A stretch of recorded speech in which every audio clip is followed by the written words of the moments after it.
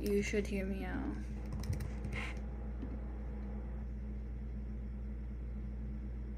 Okay, there we go. I think it's working now.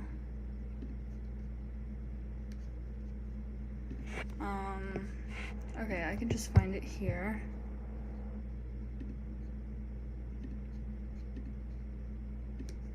And then we can go back. Ooh. Okay, let me rewind this. Wait, just to confirm, you guys can indeed hear me? Okay. There we go. It's working now. Sorry, guys. Sorry. I'm so sorry.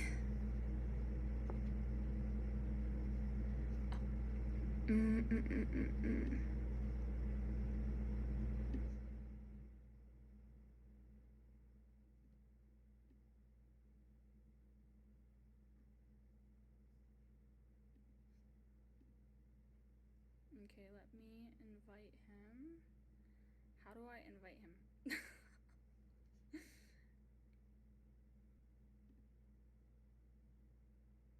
I'm trying to figure out. Okay, if that doesn't work, we'll just add him to Discord call.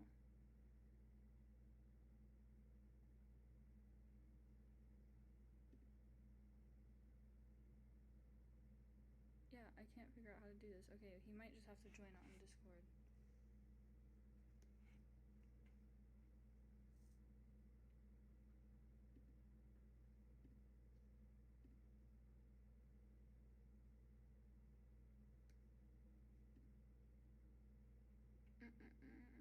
Okay.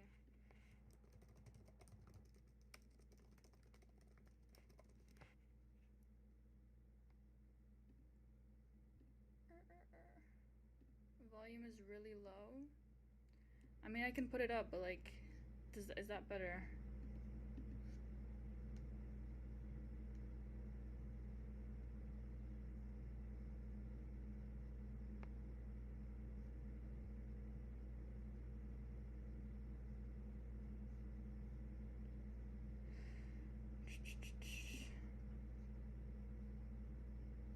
Okay.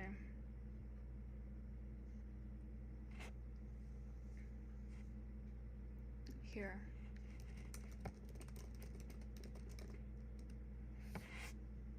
Um.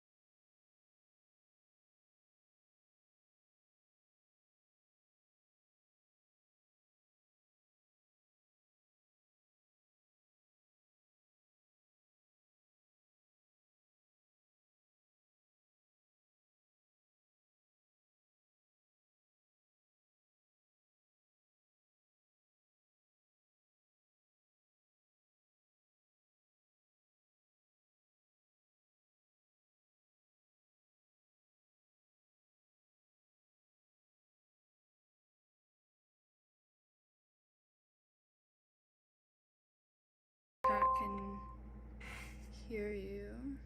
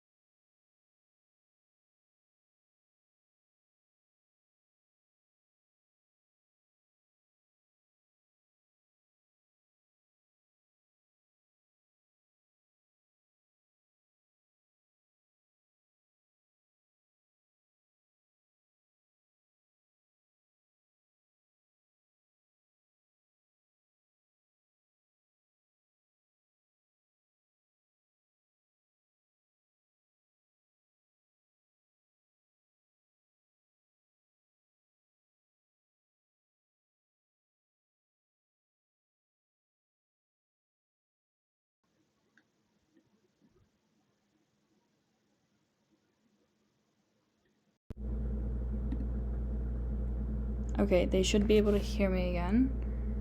I don't think that they can hear you, so let me add another.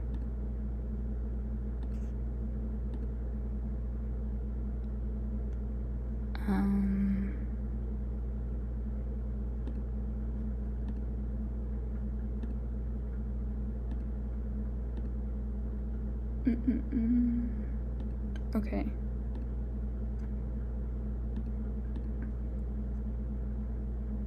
Not, can you guys hear? They can't even answer. It's gonna take so long.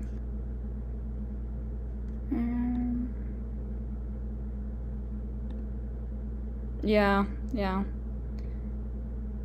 True.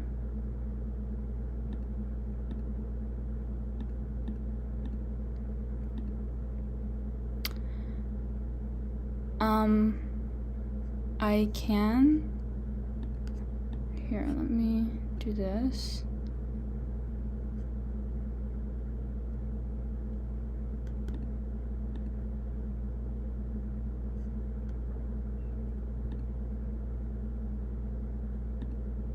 Can you try speaking again? Okay.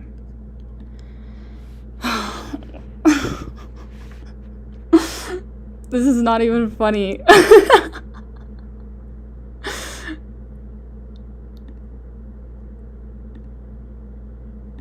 Yeah, I'm used to streaming on TikTok and stuff, not YouTube.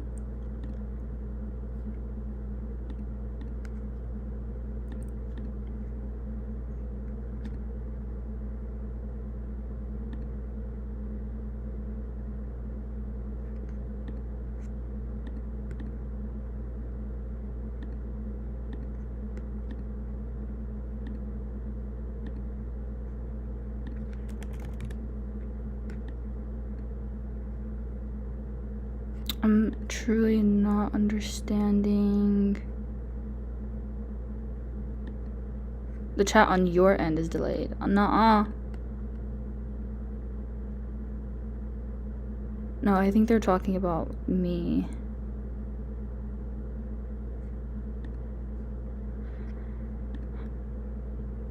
I work for...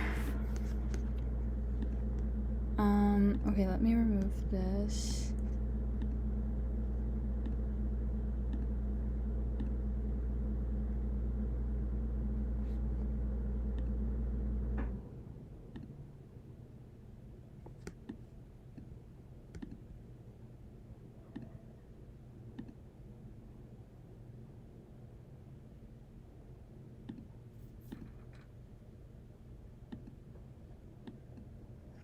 I feel like they should be able to hear that. I'm not understanding why it's not showing.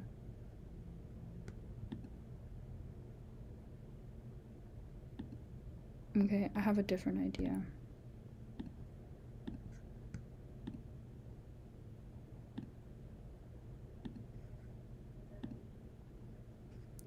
We'll just do like a whole display thing, even though I don't really fuck with that.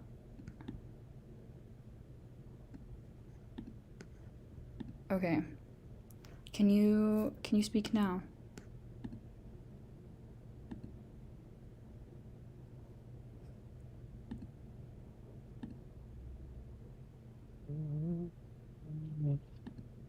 There we go. There we go. Okay, yeah, now they can hear you. Fuck! Okay, that's good. You got the logistics out of the way. Oh my god.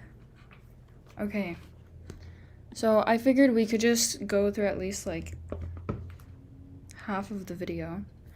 Obviously, I mean, it's late. To begin with, I mean, like we kind of have to define, you know, a lot of things. I'd say, Sure. well, not a lot, but like at least kind of like a bit of a pretense, because I think it only makes sense like to go through the stuff that you really wanted to talk about, you know?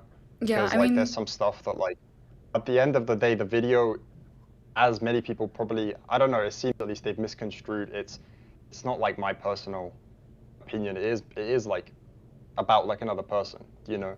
So like if you say you disagree with some stuff in it, like the quote, famous one about like the children, uh, yeah, like I mean I'm not gonna like defend it because that's not like my words. You know what I mean?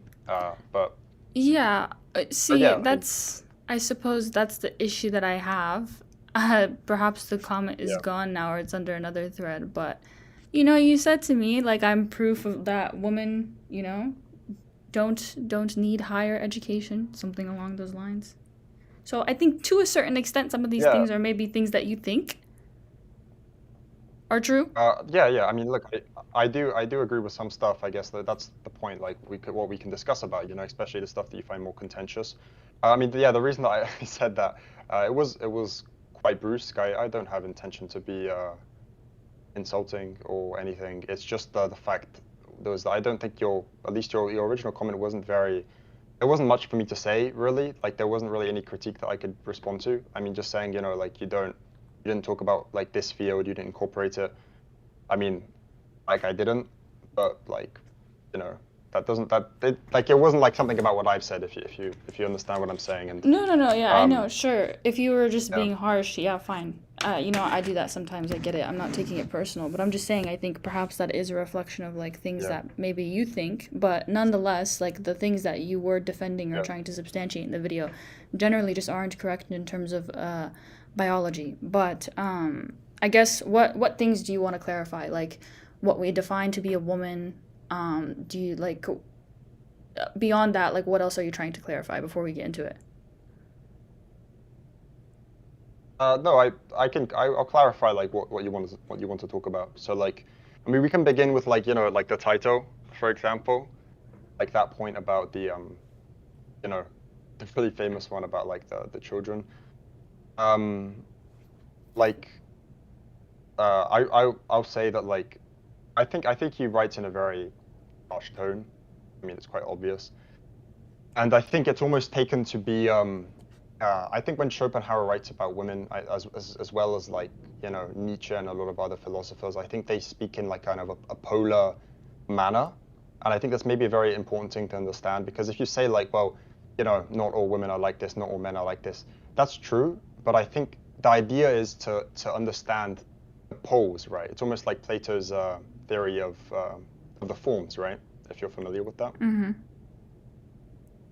Yeah, like because you like if you say to me, for example, like the perfect, or not the perfect, even just like this kind of like woman that Schopenhauer describes doesn't exist, that that might be true. But the point is that like stuff like even in physics, right? Planck temperature and absolute zero, they exist basically in theory. They can't be accomplished, but they serve like as a basis for everything else. So I think like that's kind of the jumping off point for a lot of these arguments if you're following where I'm going. Yeah. I get what you're trying to say. I guess okay. First of all, can we clarify one thing? Do you think what do you define a woman as? Like, do you think are you a constructivist? Do you think that womanhood is purely social, based on identity, or do you think womanhood is based on some kind of biological anchor?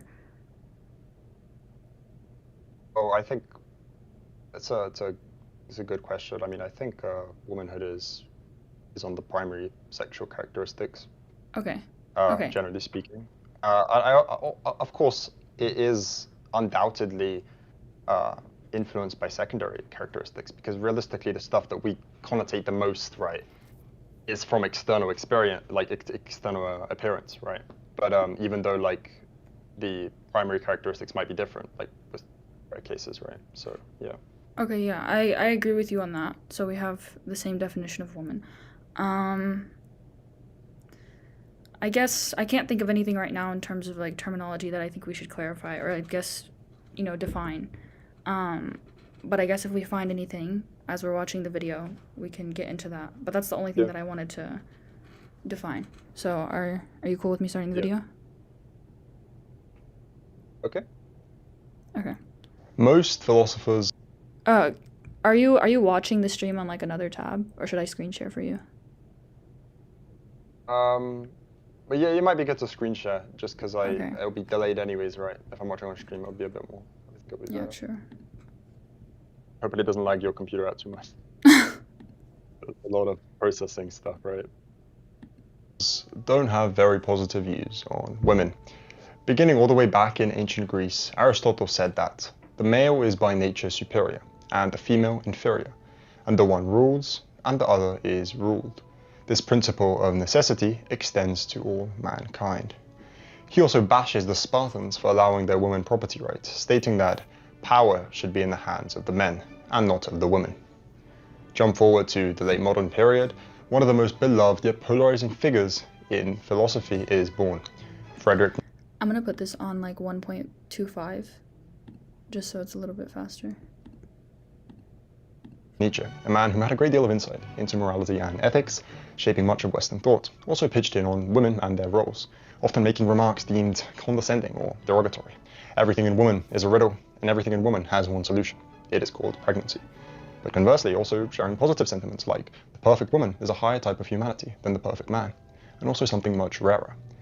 His writings might understandably leave a reader wondering where Nietzsche's views on women truly stand, castigating them at one point, yet lauding them the next.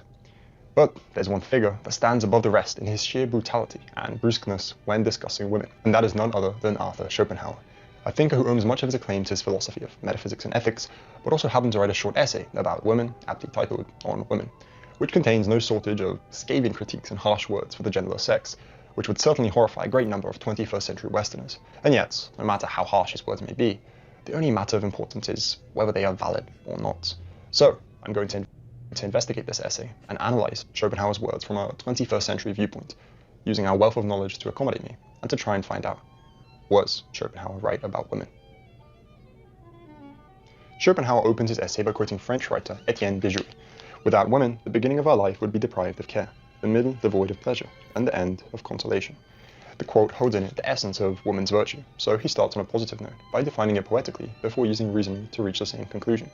He continues saying that just from a woman's body, we can denote that she is not meant for strenuous physical or mental tasks, because her actions don't define her, but her suffering does, namely the suffering of childbearing and rearing, and the subjugation to man. The greatest sorrows and joys, or great exhibition of strength, are not assigned to her. Her life should flow more quietly, more gently, and less obtrusively than man's, without her being essentially happier or unhappier. Just from the first paragraph, much of Schopenhauer's argument is clear, and already has ample reasoning behind it. To begin, women are in fact physically weaker than men, possessing 50% less total muscle mass, as well as 20% less overall body mass. So this part is evident immediately. They simply aren't as suited to physical work as men.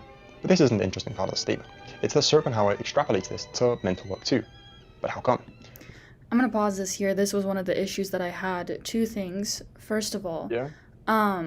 so the claim that women are not suited for physical activity just because they possess less muscle mass than men, but yet they Sorry, go I through can't one hear of you very well. It's almost like oh you're echoing really bad. I don't know really why that's happening. um oh, I know why. Maybe Is it it's because of screen sharing or I don't know. it might be the screen sharing.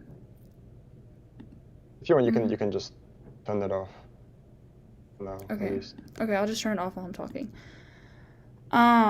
So this is the issue that I have with this claim is, so we're saying that women are not suited for physical activity, yet we acknowledge that I would say one of the most hardest things for a person to do is to give birth.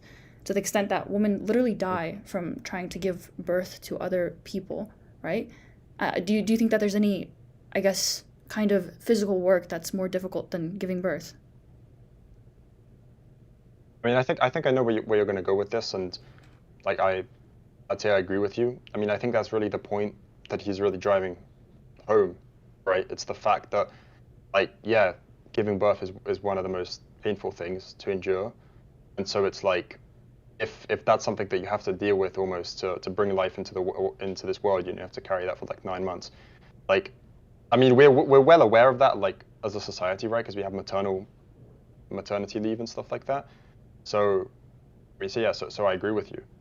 I guess his Yeah. like argument is that like, you know, yeah, you shouldn't be putting a woman through strenuous mental and physical work if she's, you know, especially in that condition. But yeah, Yeah, and just one more thing on top of that is, and, if we look at prehistoric humans and what, the dynamics that they likely had, and evolutionary biology, one thing about the way that men and women are both, like one thing about their structure, their physiology, their body, is that Yeah. the difference in strength only matters between us. William Urbard wrote about this in his novel on the mating mind, where he talks about mating dynamics, particularly between men and women. And one thing he notes is, yeah, sure, men are stronger than women. But for example, if you were to Mm. compare this to like, anything beyond the human species, this difference in strength is almost nothing. It means nothing. Like for example, you put a bear in front of me and you, I don't think it's going to make a difference that you're, have this like slight advantage over me when it comes to muscle mass or Yeah. physical strength. It doesn't make that big of a difference. So just because men are stronger than women, just within our little confine as a human species, doesn't necessitate that women they're not suited for physical work. They still are suited for physical work. If we look at archaeological evidence, we see that women also hunted, women also contributed to societies, they were also pioneers of their community, right? I'm not sure where we're getting this idea that it is true that women are not suited for physical work. Can I stop you there a bit? Because something you Sure. said was very interesting. You said like they also like contributed to the community. They helped out. It almost implies that like if you're not doing physical work, right, it's like not helpful, right? That like for example, like hunter-gatherers, right? And if the women are like the gatherers, it's like it almost implies that like that's less valuable. When like I mean, do you think that, or is that just something you just kind of I said? mean, in terms of, I mean, I didn't say that. I wasn't saying that it's less valuable. I'm saying that there are Yeah, yeah. I'm examples just saying like the evolutionarily. wording made it Yeah. sound like that. Yeah. Yeah, sure. Just to clarify, my point Yeah, is that there are just, I would yeah, go on. no, no, no, yeah, there are just examples throughout history that women were indeed suited for physical work and they contributed to their communities and societies in great ways. Um, the only cases in which they weren't were in extremely patriarchal societies where they were forced into the homes and not allowed to do any kind of physical work. And then, secondly, do I think that that's necessarily not as valuable? Evolutionarily, yeah. So the way that we work is, humans are very tribalistic. And one thing that, an in group will value, let's say we have like a tribe of people, within this in group, they will objectively just value someone who is a hunter, who has physical prowess, who, brings a lot of food to the group in comparison to someone who would just bring berries. Like objectively, they're adding more to the group in comparison to someone who's bringing berries. Like, and sorry, also I want to add on to that. Like, women weren't just gatherers, in prehistoric and ancient societies, or when it comes to prehistoric humans, they were also hunters within some societies, particularly in some like Latin American, Native American societies, ancient North African societies as well. So yeah, like this narrative that women were the Generally speaking, gatherers. that was the trend. Like I like I mean, get that like you can kind of like pick up these certain situations, right? But like I'm not going to argue that like it never happened, but like there was a reason that most of the time the men were gatherers. And something that I wanted to mention, I mean, it's obviously like I'm not going to debate the fact that like yeah, there's a if you have to fight a bear or something like a man or like a woman, like it's not going to make much of a difference, right? But it is we're talking about labor in this case, right? So it is like in like human societal context, right? And it's saying stuff like who's going to be more suited, for example, to lay bricks 12 hours a day, right? And it's like, well, men, right? And well, that's not like me only just saying that because it's my opinion. It's like, well, men are like way overrepresented in that. And I don't think it's because of the patriarchy. I think it's because women, most of all, they just don't want to do that job because it is very physically taxing, and they'd rather not. yeah, I think sure. that's what it But comes down to. I like don't know. that's not necessarily proof that, they're not capable or not suited for physical activity. That's my just because they're not wanting to, just because they don't like it, isn't necessarily proof of that. And then second of all, like I said, I think you're looking Mm. at this from a very, very Western perspective. Because within African societies, within Latin American societies, and even some Native American societies, women were very much, and for example, in some many ancient African tribes, women were the pioneers of their tribes in the sense that they were chieftains. Some tribes we even consider them to be quote unquote matriarchal, right? They were leading wars. They were indeed leading these physically strenuous activities. So like again, I think you're looking at this from a very Western perspective, perhaps within Europe, perhaps within white societies, perhaps within even Asia. It was typically the case that women took on these more, I guess, I guess submissive roles, but like that's not necessarily the case in every society. So to say that predominantly men were the ones doing physically strenuous activity, I don't know about that. And then in terms of like work, if I have a job where, I want to hire someone to, let's say I want them to build something for me. I'm not going to just hire someone because it's a man. I'm going to hire someone who can actually do the job. So if it's the Well, case that obvious. some yeah, so like I Yeah. this thing that like, That's oh, obvious. Like, you need to say that. Like, but what I'd say is that it's more likely the person who's going to do the job is going to be a man. You know, like, like I don't know, even with carpeting, with stuff like that, right? Like, yeah, if there's a woman who really excels at the job, of course you're not gonna take her. You're not gonna be like, oh, you're not gonna be physically strong or something. But the truth is, 9 times out of 10, if you call a carpenter, it's gonna be a man. It's the same thing with a lot of these other things, right? And by the way, what you said about like the Western kind of framework, what I would say to that is that like, if I think there's a real case to be made for certain of these systems working and others working to less of a degree. I mean, like, I'm pretty sure the Mayans and like the Latin American societies, they were like when they reached like really big scopes, like I'm talking like civilizations, I I don't think they were matriarchal. And the no, no, African no. I was tribes, they referring remained to exactly that. They remained tribes, right? Like the society, like the really big, like when we really become kind of expand, right, and we build these big cities and stuff, that's all been under like the system of what you might call patriarchy, right? Well, Like hold that's on. Whoa, regardless whoa, of, whoa. The of reason race, right? why, hold on. I Or think the culture. reason why patriarchy is predominant in terms of like a lot of the structures that we have now is because of, colonialism and things of that nature. I don't think it's like a natural production of like any great Colonial, society. colonialism? Hold on, because the thing In about America, you mean? African, no, no, no. I'm just saying, like, for example, Western nations colonized, a lot of the East and a lot of, South American countries, and I think they've influenced those countries in terms of patriarchy, right? Um, so like when we're talking about African societies, them being tribes isn't anything small. These tribes spanned across the entirety of North Africa, for example, throughout the entire what's it called? They're still Uh, tribes. yeah, yeah, yeah, but it was like a Like I singular. My like point there here is a is like that there's quite a big difference hold on, hold on. if you get me. Like In spite of them being tribes, they still had empires and things of that nature. The reason why I call them tribes or tribal confederations is because these people were primarily nomadic. They moved across, what's it called? Across regions. Like they never stuck in one place. But nonetheless, they still had empires. They still had, I guess, structured civilizations in which the women were predominantly leading. Like, for example, predominantly women led the wars against the Arabs when they came and conquered North Africa. That's one example of something. But my point here is I'm trying to illustrate to you that there is still a substantial amount of historical evidence demonstrating that women have been involved in these physically strenuous activities. So you saying that their bodies are not suited for physically strenuous activities is like I don't know where you're getting this from. oh, from like the stuff you're saying are really like exceptions. They don't disprove the They're rule. not Like saying that the like that's not the rule though. you mentioned Latin America and Africa, right? I would argue that like, with all due respect, those are like some of the least successful societies. I mean, like I you didn't mean, mention wait, like wait, Japan, wait. right? You didn't Whoa, mention okay. like Europe. This is very, very, very. Oh my God. Yeah, of course, contemporarily they're not that successful. But in terms of like history, yeah, North Africa had some of the greatest empires. Even the Romans. The Romans spoke, they didn't speak highly of anyone, but they spoke very, very highly of the tribal confederations in North Africa, particularly those of Algeria and Libya, that were in those regions of modern day Libya and Algeria. They spoke very highly of them. And like I You're said, saying it they're was predominantly matriarchal.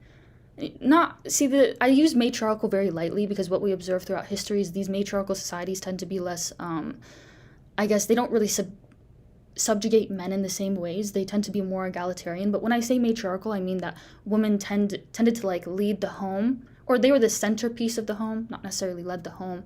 And then they also led tribes. So we have different figures throughout history and chieftains in North African history that were predominantly women. But yeah, like they applauded the North Africans on their horsemanship and their physical prowess. Like for example, Athena in Greek history is based off of the Libyan Berbers. Hercules is said to have been based off of I think the Moroccan Berbers, right? So the Greeks and the Romans had a very high perception, although they, still conquered us and, they degraded us in some senses because I'm North African, but they still had some kind of compliments and some kind of high perception of the North Africans in terms of their physical prowess, to the extent that they referenced or they referred to the Berbers in the making of Athena, one of the greatest goddesses in Greek history when it comes to war and physical prowess. So, like, this is my point here: is your perception is very, very Western and it's very modern. If you look beyond the West, if you look beyond these white societies and these colonial societies, there's a lot more balance there. Of course, I will say yes, men are stronger. Yeah, I'm not denying that, but you're is it making the like a thing claim. about whiteness though? Like, because I literally did just mention Japan. I said like, was Japan matriarchal? Like one of the most successful societies Japan had is an No, no, no. island, a tiny island. Sure, It's sure. like has no natural resources. Africa's full of them, right? So how come like the Africans could never these tribes that were like empires could never Yeah, leverage this that? is this Oh, is the the Japanese had like distinction. none of that stuff, right? Like Yeah, that's what's Japanese I think that's societies. kind of a bit Hold of a on, hold on. discrepancy. Japanese societies not only like fucking genocided and murdered, thousands of people, but they were also looking to parallel the West. I think countries that want to be successful Were today they? must, yeah, yeah, yeah, They yeah, were yeah, literally like yeah. they The, were their whole isolated goal. for Wait, wait, like wait. Their literally almost all their transition. history. Wait, wait, wait, no, no. That's such a strange like Prior point to to make. Japan, hold on. Prior to Japan being successful, the reason why they became successful is because they started paralleling things, or I guess mimicking things from Western culture and Western society. At least the values in terms of that, and adopting different things like what's it called, capitalism and things of that nature. These countries that you're referring to that And are not as patriarchy, you think, successful. as well? No, Or no?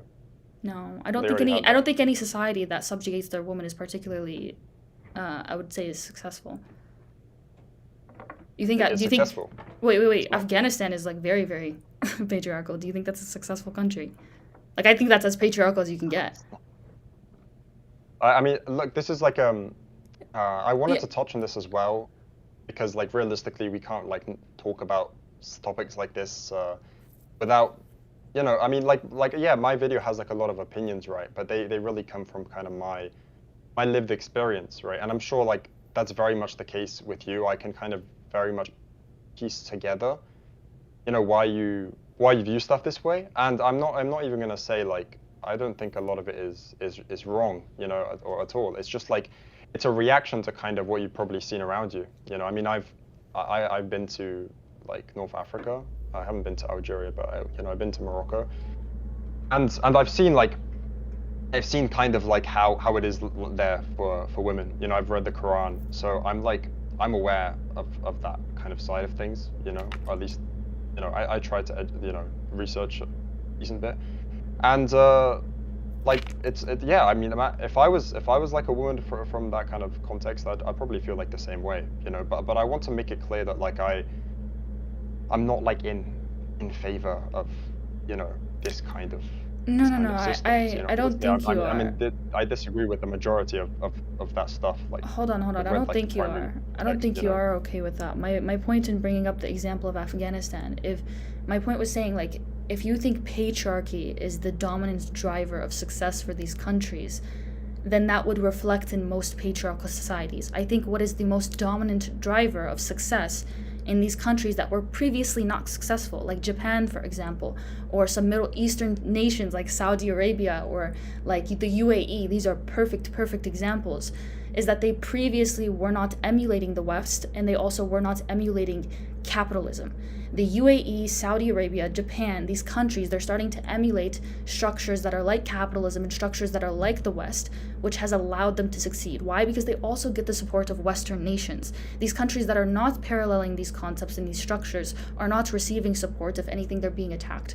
So I don't think that patriarchy is, I guess, the foundation of their success. So that was my point in bringing that up. Isn't Um, what you're saying kind of almost proving like what I said? Because you said like I made a case, right, that like some societies are more successful than others, which you can't really deny. And then you said when they parallel Western society, they become more successful. Isn't that basically exactly saying that like the values of Western society are, you know, tenets of, of success? societal. Um, That's definitely the way you made it sound, right? I mean, contemporarily, yes. Like for example, um, like the same thing would have applied in the time of Rome. People who employed the structures and I guess the military tactics of the Romans. Take for example Carthage, the Carthage Empire, and Yeah. Hannibal Barca. They employed similar tactics, if not better, and that's why at some point they were able to for a short period defeat the Romans, right? Um, when you parallel these Well, I successful mean, empires, is like that really true though? what? Because you're saying, yeah, you take inspiration from something, right? But like No, no, saying that no. the I'm not. success of like the Hold on, hold on. I'm Carthaginians, right? not. It's like it stems from the Romans. I'm not. It's No, no, like no, no, no. I'm not saying that you need to. I How don't do I say this? My point here is like, how do I say this? Like, I feel like it's not hard to understand what I'm saying right now. My point here is like, when you parallel these countries, and you know what, actually wipe that example, that wasn't a good example. My point here is that, for example, like Saudi Arabia, UAE, Japan, they are receiving support from these very, very powerful nations. That is my point here. That is what's also allowing them to succeed. I don't think independently, if they weren't receiving support from these major powers across the world like the US, or Israel, right, that they would be as successful as they are today. I think. isn't Africa receiving more support though? Wouldn't you say? Like literally sheer monetarily, like the amount Wait, of wait, money wait, that's wait. being You thrown think you at think Africa. Africa's receiving support in the same way, to the same capacity that like Israel, Saudi Arabia, UAE, and like the Japan are? No, they. It's not I think remotely the support comparable. that like some of these other countries would be getting is like just like it's in trade, right? It's like, yeah, like obviously like if you join if you join like the free market and you become more of a capitalist country and you start selling stuff, of course it's going to be better for your country. I mean, isn't that kind of obvious? Like that's not like the Western countries being like, yeah, we're going to support them. I mean, they are supporting them, but they're supporting them again because it's a Yeah, net yeah, positive to but both sides. That's really what the free market is, right? Like I the think I idea, think it's right? helpful to a certain So capacity. Take for example, Morocco is starting to adopt more capitalist practices, right? And so they are more successful in comparison to Algeria, that has, been adhering to more, I guess, socialist practices, or structures. But my point here is, why is Morocco not as successful in comparison to Saudi Arabia? It's not because of capitalism, and Saudi Arabia isn't remotely as, I guess, materialistic as the UAE. The reason why Saudi Arabia is more successful in comparison to Morocco is not because of just capitalism alone, but support from these major capitalistic powers. Having allies, it's to do having with support. Oh, we're getting into like, I'm gonna be frank here. We're getting into like a whole different conversation. My point here is that patriarchy, I don't think, is the dominant driver. I think we're steering off yes, track. yes, that's But true. my point here Um, I don't think patriarchy but is the that dominant. comes back to what I said before, because like you're saying, okay, they're getting support. Yeah, sure, I agree. And Israel, like, I'm not gonna open like that kind of worms, right? But like Saudi Arabia, they ain't the support because they have like all this oil. Like that's the foundation of their like economy, right? So it's like, it's to do with trade, right? I don't think it's like, you almost make it sound as if just like, I don't even like Sure, to the be Western clear, I countries are don't. like, you're democratic. Let's send you money. Let's help No, you no, no, out. yeah, yeah, yeah. I don't think it's Like, just. I don't think it's yeah, just that, right? But I think it makes a substantial difference to have support from a country like the U.S. That's my point here. But I do think it's an yeah, that's interplay of of course factors. It's of true. course not just that. It's obviously like economy and so forth. But back to your initial claim that women are not suited for physical activity. Do you still think that's true? That they are not suited for physical activity by virtue of the fact that they just have like a percentage of like less muscle mass than men? I mean, I just say that I think they're less suited, yes, and that's why we see this underrepresentation in certain roles, certain See, jobs. that's the I mean, yeah, distinction. you'd say maybe they don't want to do it, but I'd also say that they don't want to do it because it doesn't come as naturally because of physical differences. I mean, I think that's a fair, you know, thing to say. I think it's quite, yeah. Um, yeah, I think I can hear now. Still sounds still low. Um, I think it's just you, Oniops. But sorry, what was I gonna say? Yeah, my point here is just that Schopenhauer is making the claim that women are not suited for physical activity. He's not making the claim that they're less suited for strenuous activity in comparison to men on average. He's not making that claim. He's making the claim that women are not suited for physical activity. So, of course, language matters here, and that distinction matters. If you want to say that they're less capable of handling strenuous activity to the capacity that men are, then I agree with you, of course. But saying that they just are not suited for physical activity, that's problematic. But well, fair enough then. I mean, we agree then. I think like it's obviously it's a blanket statement, but I think the point with like some of the stuff Schopenhauer says, and I mean, I'm sure you've read like philosophy, like you just make very grand claims. You make it very black and white, because these philosophers like to talk in like the forms and the polars, and not to be like, oh, kind of, sometimes, not to make these exceptions. And yeah, I think that's kind of what's it. I mean, I understand that they speak in these terms, but I think part of when it comes, especially when it comes to literature, and part of articulating your point is trying to be as concise and clear as possible. I think it was clear what he was saying there is that he does not think that they are capable of handling physical activity. And I think if he wanted to make that distinction that they are just less capable, then I'm sure he would have said that. He obviously seems like he's generally competent. So I think that was intentional. But regardless. But do you think he didn't think that? Like, I mean, like, if Schopenhauer sees like a woman athlete, like there was like at the time, I'm sure, like in some sort of regard, right? Like it just dismantles his whole argument. I think he kind of knew that. I think maybe what like we're kind of getting away from like the core of what he was saying is the fact that it's not. At least this is how I interpret it. I mean, you can say that maybe that's not what he wanted to say. Again, I can't speak for him. The guy's been dead for like 150 years. But like I've almost viewed it as like, because like you said, child rearing, childbirth is so difficult, and as well with some women, just every month is very difficult with their period and stuff. That like it's not going to be something that's very physically taxing, right? Or like even a very mentally taxing job would almost, it wouldn't be fair. That's how I'm interpreting it, right? Like you wouldn't want to place these same responsibilities on the woman when she has different responsibilities that the man doesn't have. That's kind of how I view it, if you follow.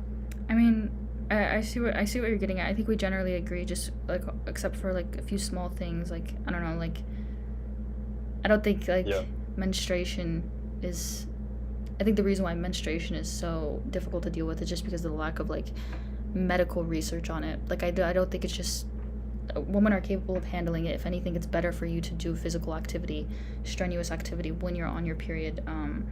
But regardless, I think we generally agree.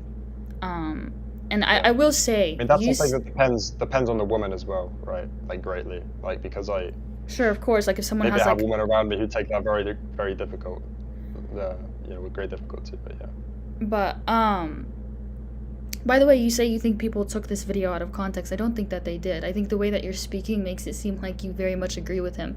I think if you wanted to show that you don't necessarily agree with him entirely, then you should have clarified that in some parts. Yeah. I don't mind people thinking that though, because like I could have, it's really a case for Schopenhauer if you follow. Like it's because I know that most people, you've grown up in America or something. Most people, they have a very kind of modernized feminist perspective on stuff, and I want to make the case against, because I'm sure like I could make the video an hour long and put the case for, but like I think most people know that, right? So that's really the thing. Yeah, maybe you're right. Maybe it would be better to call it, I don't know, like a case for, Schopenhauer's philosophy on women or something. But yeah, I think you're right on that. Aspect. Okay, let's continue watching. I think this is one of my, I guess it's not one of my bigger contentions. There's worse ones, but okay, let me stream again so you can see. That it wouldn't be just to assign the hardships of men unto women when they already face enough of their own. Thus, a woman's life should flow more quietly, more gently, and less obtrusively than man's. Are you screen sharing? Schopenhauer goes on to explain that women are adapted to be nurses and educators for the simple reason that they themselves are childish, foolish, and short-sighted. In a word, are big children all their lives, something intermediate between the child and the man. Instinctively, we notice that the word choice here used by Schopenhauer seems very demeaning and unkind towards women, even though we do acknowledge as a society the importance of education and caregiving. That's why there are complex school systems in every developed country. It is thought of as one of the best ways to invest in the future generation and to help society thrive. And understandably so. In the United States, women make up 77% of all school teachers, and the number increases further for elementary and middle school teachers, going as high as 90%. Women are naturally adept at caregiving. This was one of my and teaching worst roles, especially with segues younger children. We acknowledge. This is what? No, like this is something that I definitely should have like worked on. Okay, Like where I'm just like I don't address like properly like I just say like he's very mean towards women, and then I just like even though children are important, and that's totally. I mean, it just doesn't flow well. I guess that's the main thing. It's okay. Well, yeah.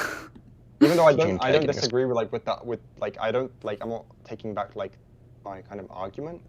I'm just saying it's kind of we should have addressed that better. Yeah.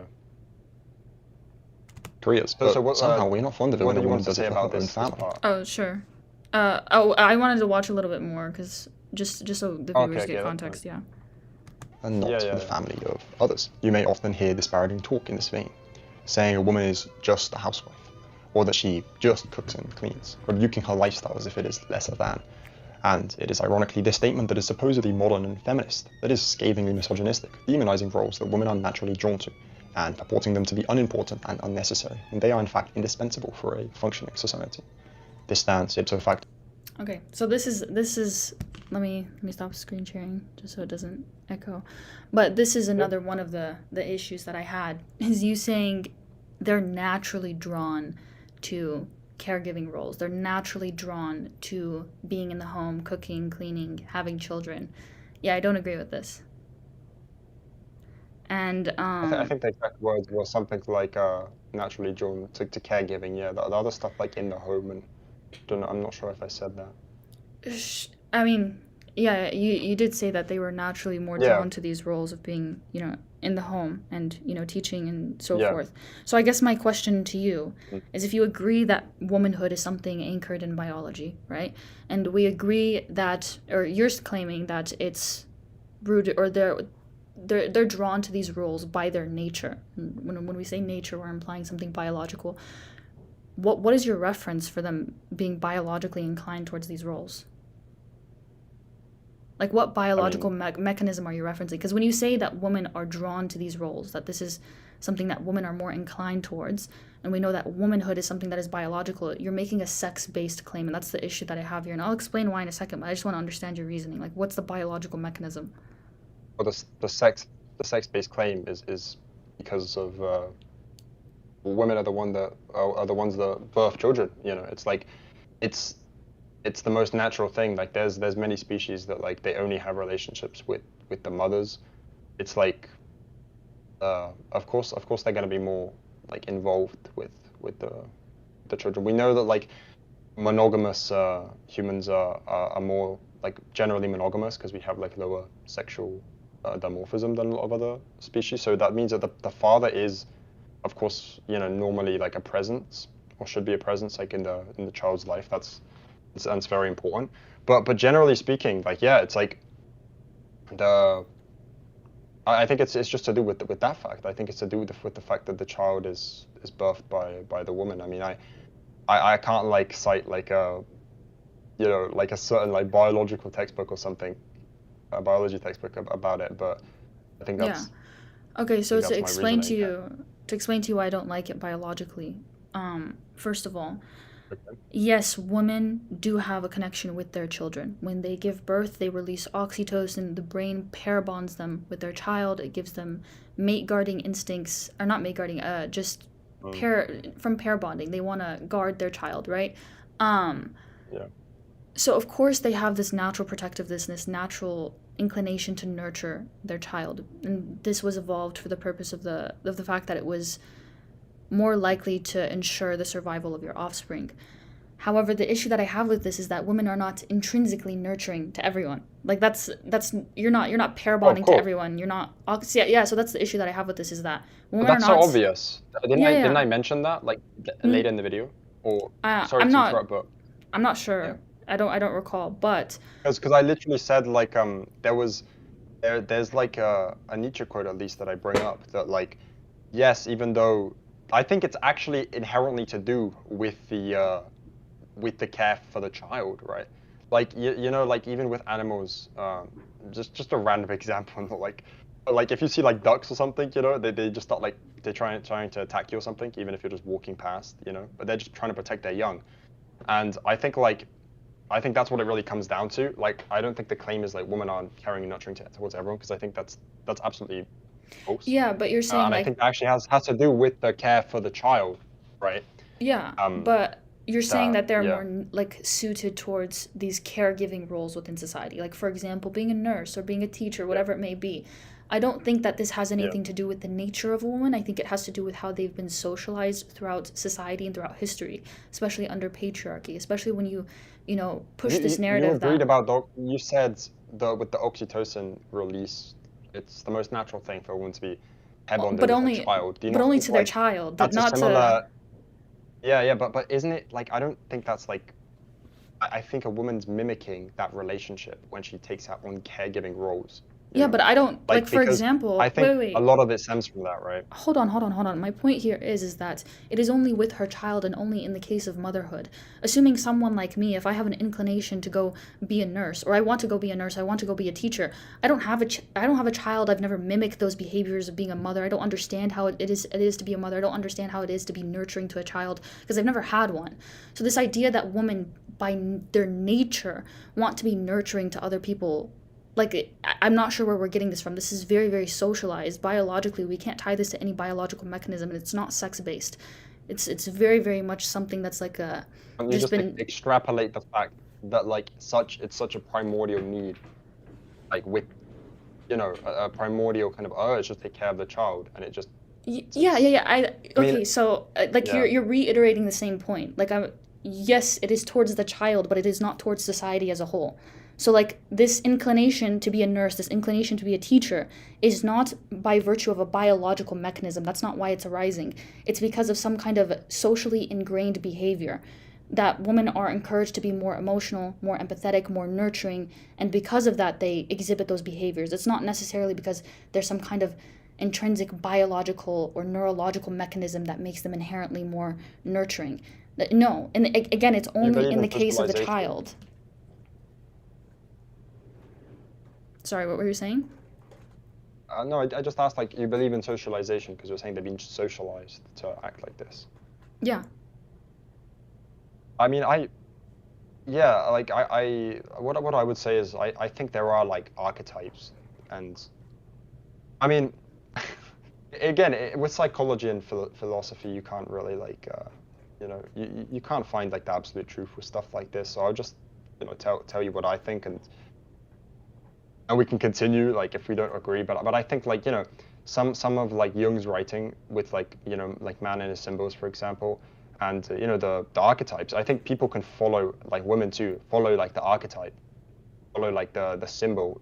You know even if they don't have that physically. Like a woman doesn't need to have a child to care for someone or something like she would a child, right? I think a Yeah, lot, yeah, like for I example, if like understand. a lot of women, right, they become cat moms, right?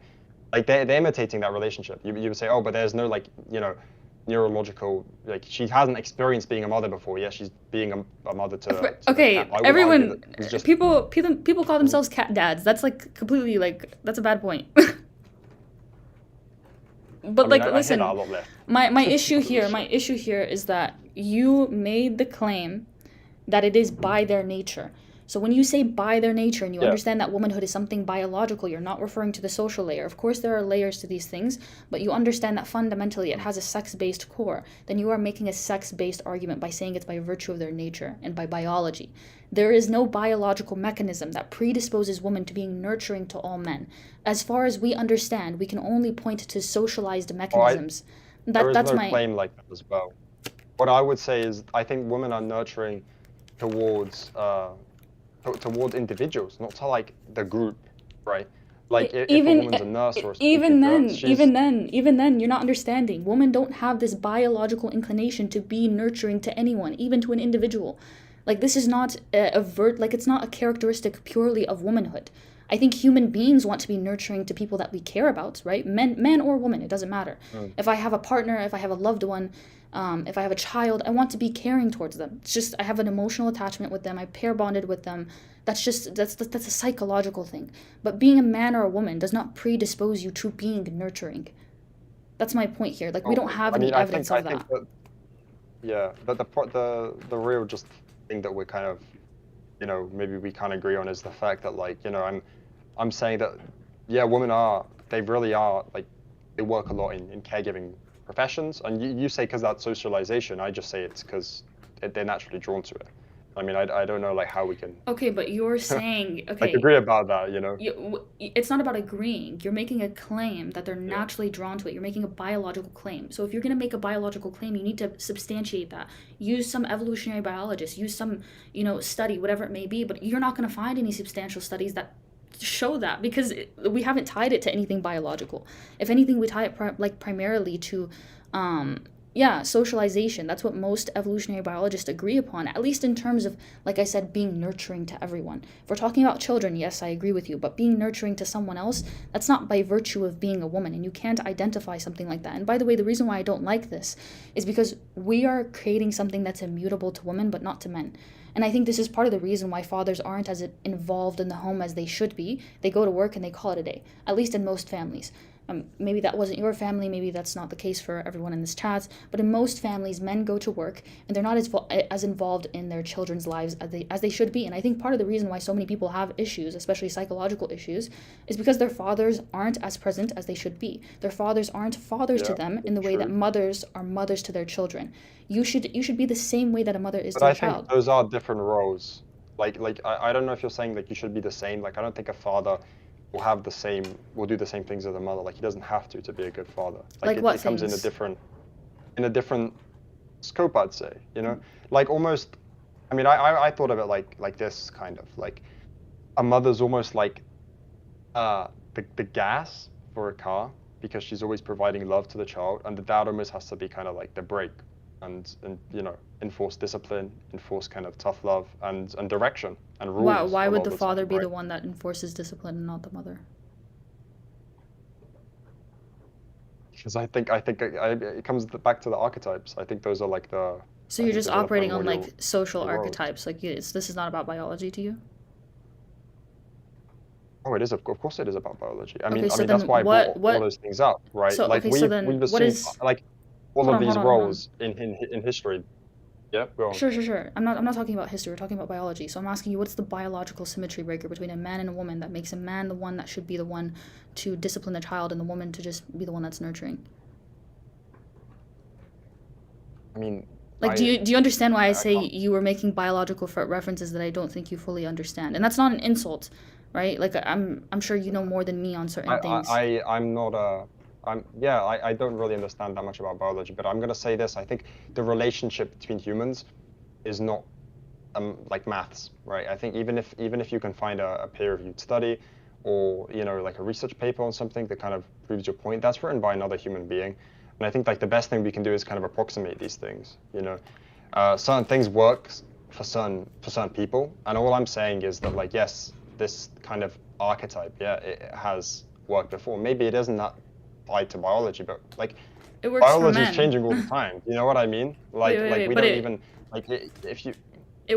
it works for men, and I wouldn't say that most people have the best relationships with their father. I would say on average, like if anybody's gonna have a bad relationship with their parents, it's probably the father.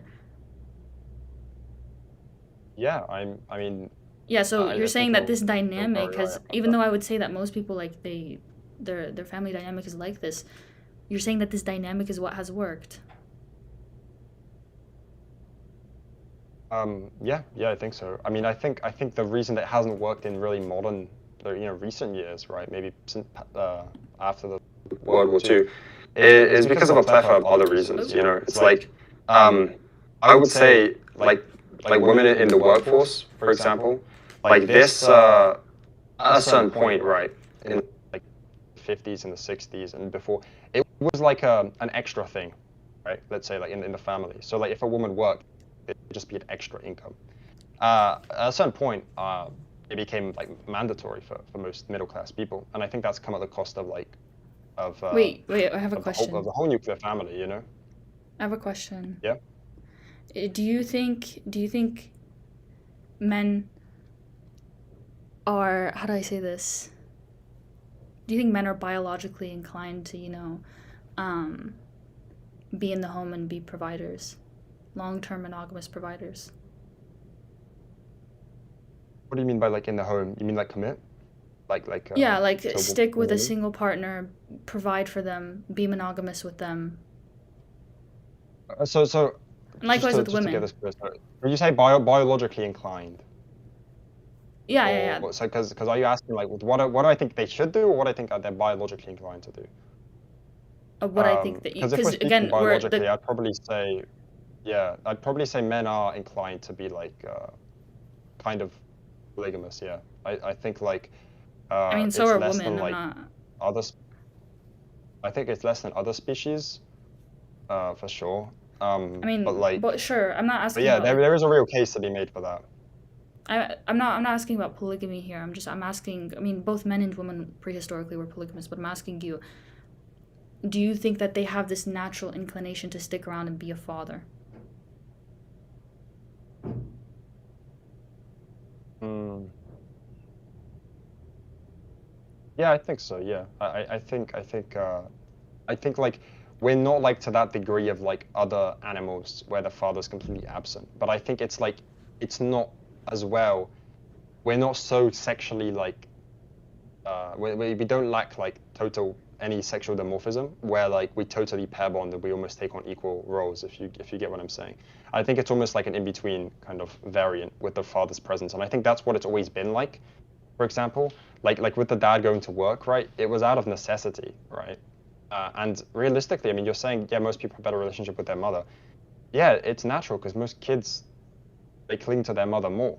So if the dad's like in the coal mines, right? It's No, like no, no. his role is less indispensable to the child I than the understand mother's, that. right? I understand that, of course, you're going to Yeah, have a preference for your mother. I'm not saying that's not the case. I'm saying that if anybody has a bad relationship with a parent, it is typically the father. I'm not talking about, oh, they have the better relationship with their mother. Of course, most people probably have that relationship with their mother. But my point is here is that if someone has a bad relationship with the parent, it is typically a father. And I think that's indicative of the fact that fathers are not present enough. I think if you ask most women and most people, not to say all women or all people, but most women and most people, yeah, they would say my father wasn't that very emotionally present and I wish he was. Like I think most people wish their yeah, fathers were more present in their lives. So this idea that, men should just, do the disciplining, they should go to work, they should do these very simple tasks, and the woman should shoulder a majority of the burden because she's naturally the nurturer, I think is problematic. I think men should be fathers to their children in the same way that that a woman is a mother to her child. I think we should hold the same standard, and I don't think that there should be any exception. For me, if I have a husband and I'm married and I have a child with him, I want him to be just as involved in my child's life as I am. I don't want my child to only be yeah, close with me. I want them to have a good relationship with their father, and I want them to see that, that yeah. strong family structure. And I think that's what's best for a child, not particularly just the mother. And again, I don't understand this idea Yeah, that sure, I agree. I agree, and I'm not saying that like the father should be absent. I'm saying that the father's presence, I believe, personally, is just different because it's just not realistic. Like, um, you know, for I personally don't subscribe to the idea that both parties pitch in everything equally. You know, like I mean, on a movie set, everyone has specific roles, and I think like it's just like that with a Yes, relationship. but I don't think that's the issue. hold on, but with the current archetype that you're proposing and what we ought to do, what happens is a lot of that burden is shouldered onto the mother. That's why we have so many mothers with postpartum psychosis, postpartum depression, who end up hurting their child, sorry, I can't even speak, their children or even themselves because they're not receiving adequate support from their husbands. That's my point here is that men are not But yeah, that's involved a in the ways problem. that they're Yeah, supposed to be, but that is because of the fact that we say that women are the nurturers and men are not. We're creating this dichotomy where we're saying that this is something immutable to men. We're not meant to be nurturers. But that's not the case. Men can be nurturers. We're not just little monkeys, okay? We have metacognition, we have higher order thinking, we have higher ordered mm, emotions, right? We're capable of engaging in things that are separate from our biology. Whether or not men are intrinsically nurturing is debated upon in evolutionary biology, but that's my point here. Your I think claim, with the hold on, fathers being, yeah, go on. hold on. The last thing I just want to say is that my Yeah, issue yeah. here fundamentally is that you're making a claim of nature.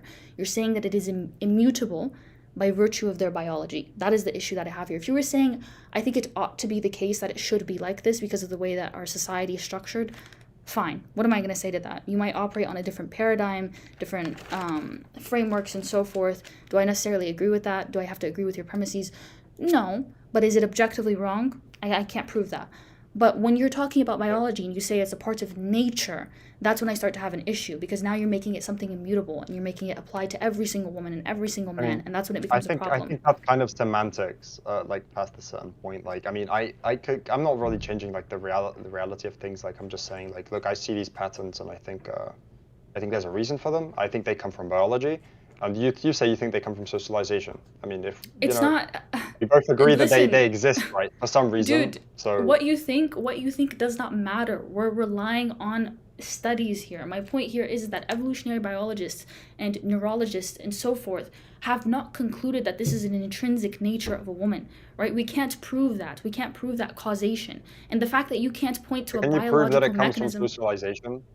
Yes, there's Like, far more can you evidence to prove that? support. I mean, I don't have anything on me right now, but there's far more evidence to support that it's things associated with socialization. Like, for example, the brain is, we don't have like necessarily a male brain and a female brain. Like, that doesn't exist. We have male typical and female typical brains. And the reason for this is because of neuroplasticity, the way that your brain just develops in accordance with your socialization, with your environment, and so forth. We can't prove that there are sex based brains. All we know is that there's typical brains associated with being female and typical brains associated with being male. Mm. That's my point here. So a lot of our behaviors are very, very much socialized. We can't find any significant or at least substantial difference in terms of brain structure when it comes to men and women. So mostly, yes, it is socialized, and as of currently, you can't point to a biological mechanism for me that would prove that it is indeed biological. So I'm not sure where you're getting this idea that it is. You're just observing a behavior and then saying, I think it's a part of nature just because women typically do it. But that doesn't make it the case. Men typically go to war. That doesn't mean ontologically men are supposed to go to war, or that's a part of their nature. So do you Like that. believe in the blank slate? Like, if we What's can just socialize everyone basically, and No, have no, no. like I'm a not woman saying. be I'm not acting the saying opposite that. of like like as a man would, right? As I would say maybe, right? Like, or because I think that's almost like the extreme endpoint of socialization, and I'm I think not. the blank slate is just incorrect. It's been proven wrong. So it's I'm like, not I'm not saying that everything is socialized. You're misunderstanding. I'm saying what you're saying right now is socialized. I'm more lean towards essentialism. But my essentialism is rooted in things that I can actually substantiate, not just things I've observed and then said, okay, this must be a cause effect relationship. There must be a one-to-one relationship between being a woman and being nurturing, despite the fact that I can't prove it. And then you're like saying things like, oh, like biology is hard for us to prove. I guess, but when we use things like Bayes' model, we can update a theory or like a hypothesis or new hypotheses and new findings to know to how do I say this to calculate how likely a certain conclusion is to be true. So the more that, like, for example, I have evidence to support a particular thing within biology, statistically the likelihood of it being true goes up, and we practically treat it for all practical purposes that it is true. We treat it as if it is true. Like, for example, evolution, I'm sure you treat that as true in spite of the fact that it's just like a level of statistical certainty. Like, right? Like, we have things within biology that we treat as true, although we know that they're not 100% true. And the same thing applies with evolutionary biology and neuroscience and things of this nature. We have studied these things, we have looked into these things. There has been no substantial evidence showing that women are intrinsically more nurturing just by nature. Like, to other people, not their children, to other people, and that they're more suited for being in the home and so forth, and men are more suited for these roles and they should be disciplined, they should discipline their children, and women should do this. Like, I don't know where you're drawing these conclusions. So if you want to say that personally this is what I believe and I think this is what functions the best and what I think we ought to do, fine. I'm not going to argue with you on that. That's your own personal opinion. But when you're saying that this is biology, that's when I start to have an issue. okay, so just we can finish on this topic more or less, but Sure. like we agree. I mean, you said, yeah, women are more nurturing to their children. The only thing that I'm extrapolating is saying that the reason when they take on these caregiving positions, they're basically, the imagining, they're kind of vicariously, just experiencing that love and that care that they would have for their own infant towards the person they're taking care of. That's all. I mean, Nah. yeah, I guess you can disagree with that because it's not like a biological claim, really, right? But that's quite separate. So yeah. I wouldn't, I wouldn't say me being a nurse and caring for an old man is like the same thing of me caring for my child. But you know what? Sure, we can No, move on. it's not the same. It's not the exact. I wouldn't even say different. it's similar. Again, but that's what it stems from. I think like is like the kind of like Listen, archetype. you're putting it under like an umbrella. Of course, people have natural inclinations to be nurturing and caring. Again, to people who are suffering, to people who are weaker than them, to people who they care about, their loved ones, and so forth. Like men are also capable of being nurses and being caring. They're not doing it through the lens of like their child. Like I feel like this is a very reductive way to look at it. Like, but regardless, I guess we can agree to disagree on this. But yeah. Can I bring up something you said about fatherhood as well? Because I Sure. think like at least I personally would say that like I don't think it's a lack of like emotional presence that causes a lot of like issues with people's fathers. It is in a lot of cases, right? But like I'd say it's also inherently because yeah, the mother having carried the child, she's a lot more sympathetic and she becomes a lot more selfless.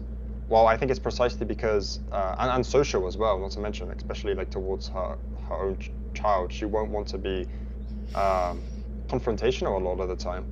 Well, I think because the father does take on that role a lot of the time, that's something that inherently brings about conflict. I mean, again, that's not like a really like a biological claim. I guess it's more like just societal, but that's how I would explain. Yeah, I understand what you're getting at here, but my point is like if I were to ask someone who hates one of their parents, they're more likely. I'm not talking about, my mom is nicer to me, I like her more, she's more gentle with me. I'm talking about they hate their parent, they have a bad relationship with them. Like it's a horrible relationship. It is typically the father. And relationships are primarily emotional, then I would say, especially when it comes to like family dynamics and so forth. So I would say yes, if someone has like issues with their father, I would presume it's something emotional. In some way they felt emotionally unfulfilled. They felt like he wasn't present enough. He didn't care enough. And most people feel that way about their fathers. That's the concern I have here. And it's because we are saying that men are not meant to be nurturers in the way that women are. But they are fully capable of doing so. I've seen men in my own life who are capable of being nurturing to the women in their lives, to their children in such a way. So it's not that they're incapable, it's just that we teach them that, you don't have to do this and you're not meant to do this, but women are, so just put the burden onto them. And I think men should be just as involved and just as much of a father as I am a mother. But yeah, fair enough. okay, let me screen share this again. This is so ghetto.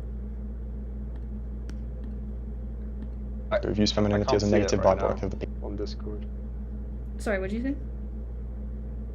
Did you screen share it on Discord? Yeah, I did. Oh, Can you not see it? See. Let me try again. Wait. Oh, hold on. Wait, yeah, I should be able to see that. Okay. Are you screen sharing? Oh, there we go. I think yeah, there we go.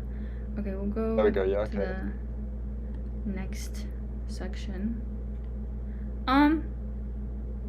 Okay. I think. Okay, I will say one part because I don't. This is like really long, and I don't want to keep you here too long because I think it's late for you. So we'll stop at the women remain children all their lives. But this part where you were talking about sympathy and then you put like a picture of black people up was fucking crazy. Yeah. I mean, I left that in like I wanted like to see if anyone would notice that. Yeah. Do you want to like explain that? Because like. Do you want to explain that for like the audience? I mean, sure, I can explain it. I mean, I think like, I think unfortunately there's a lot of problems in America with black culture. I think that's what it stems from. I think it stems from people. You can't like. I personally think you can't like avoid the truth. You're not gonna fix the problem that way. And the reality is that, like, yeah, certain ethnic groups, blacks and Latinos, are overrepresented in crime statistics, you know, and you kind of have to understand that to be able to fix it, because the people that are harmed the most by this are the groups, right? And just like giving them kind of like a blanket pass, it just makes it worse, right? Because like the crime is like black on black, right? It's like these people live in these communities and it's bad for them. So yeah, maybe it was put a bit like tongue in cheek, you know, but then I put like the statistics as well about that stuff. Yeah, very, Yeah. very, very, very bad example. Put like a criminal or something, man. Like why BLM? Like like I think women are No, sympathetic it's to. not meant to show. Yeah, fair enough.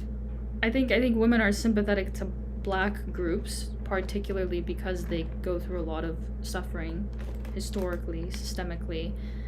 And I don't think that they're sympathetic to them, you know, whatever issues they may have.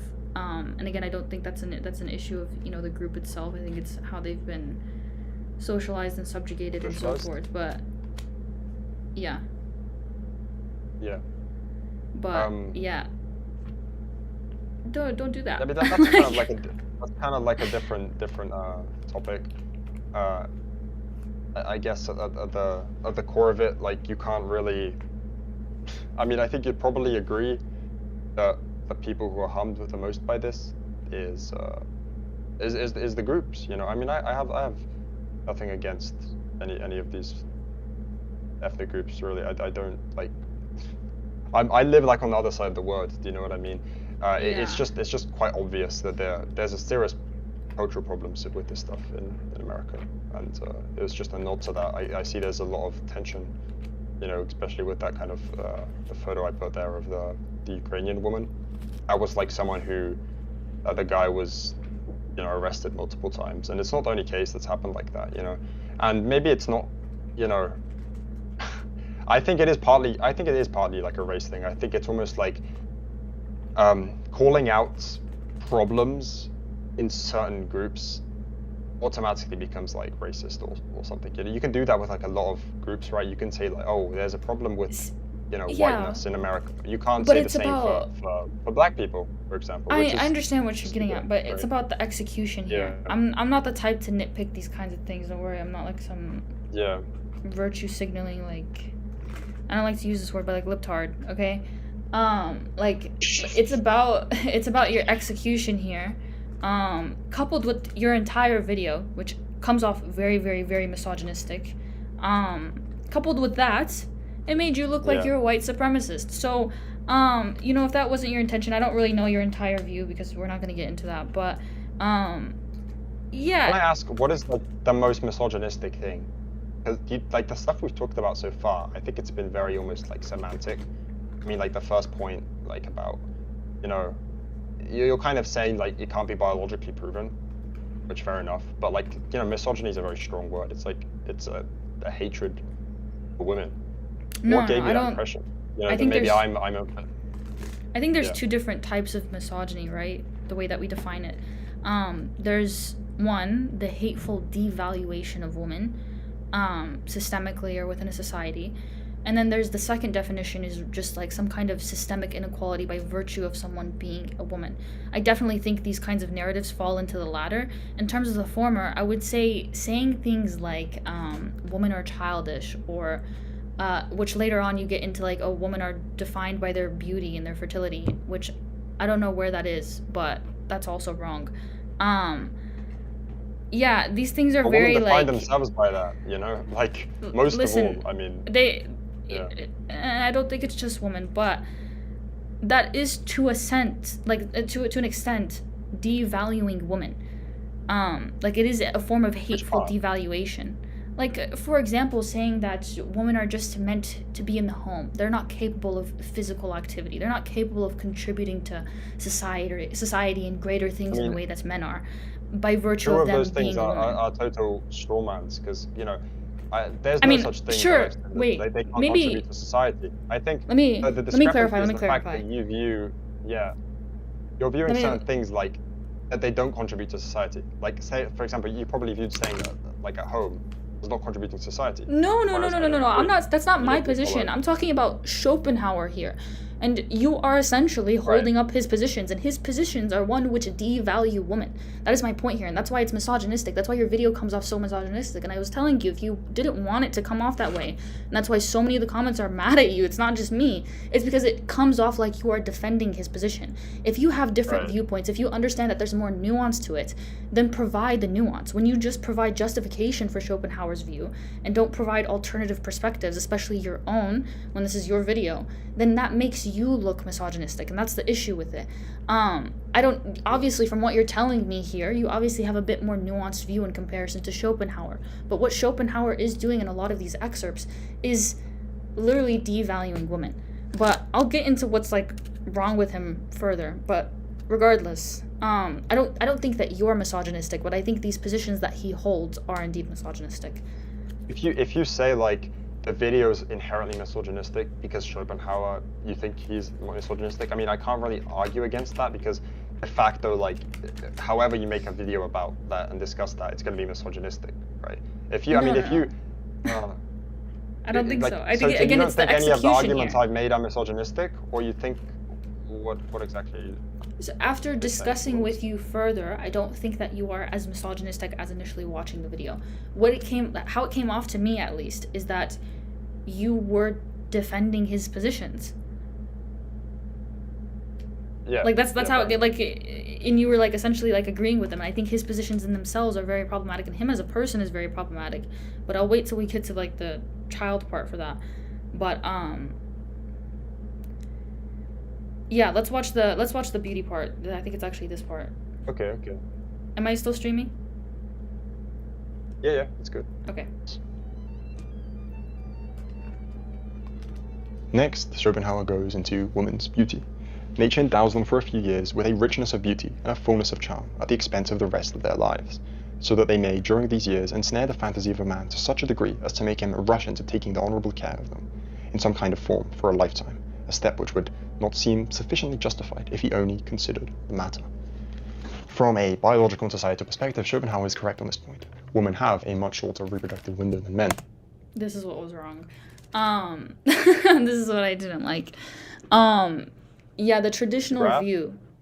Yeah, your claim that women have a shorter fertility window.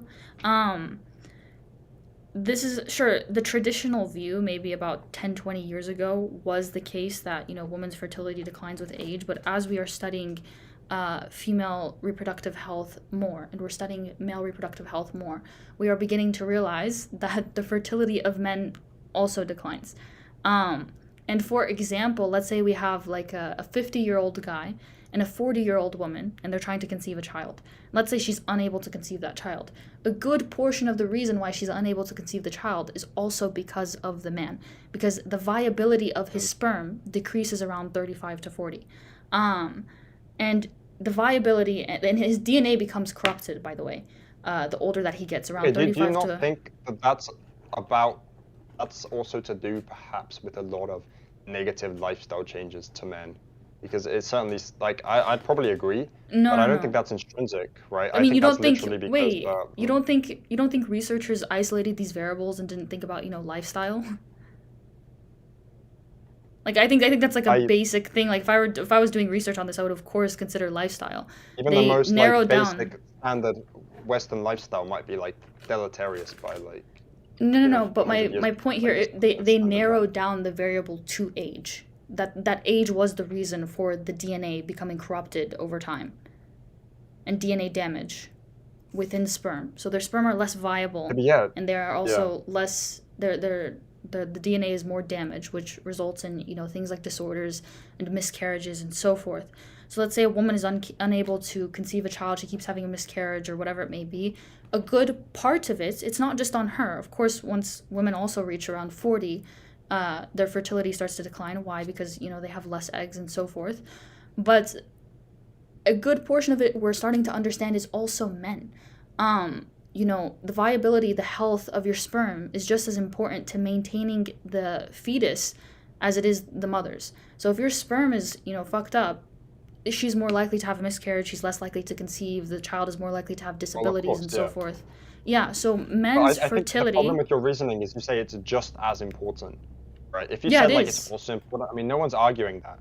The saying No, just no, no. as, I think that's quite It is ridiculous because just the as woman's the one important. carrying the child, right?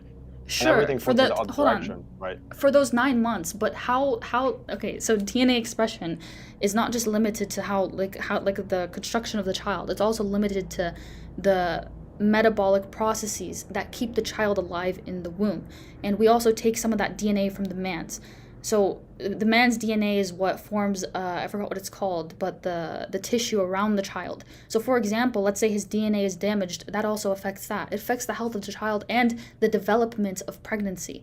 That's why, like, for example, we've had studies saying that if you have a child with a man and you're consistently having intercourse with him, it's almost as if his like DNA is in your body.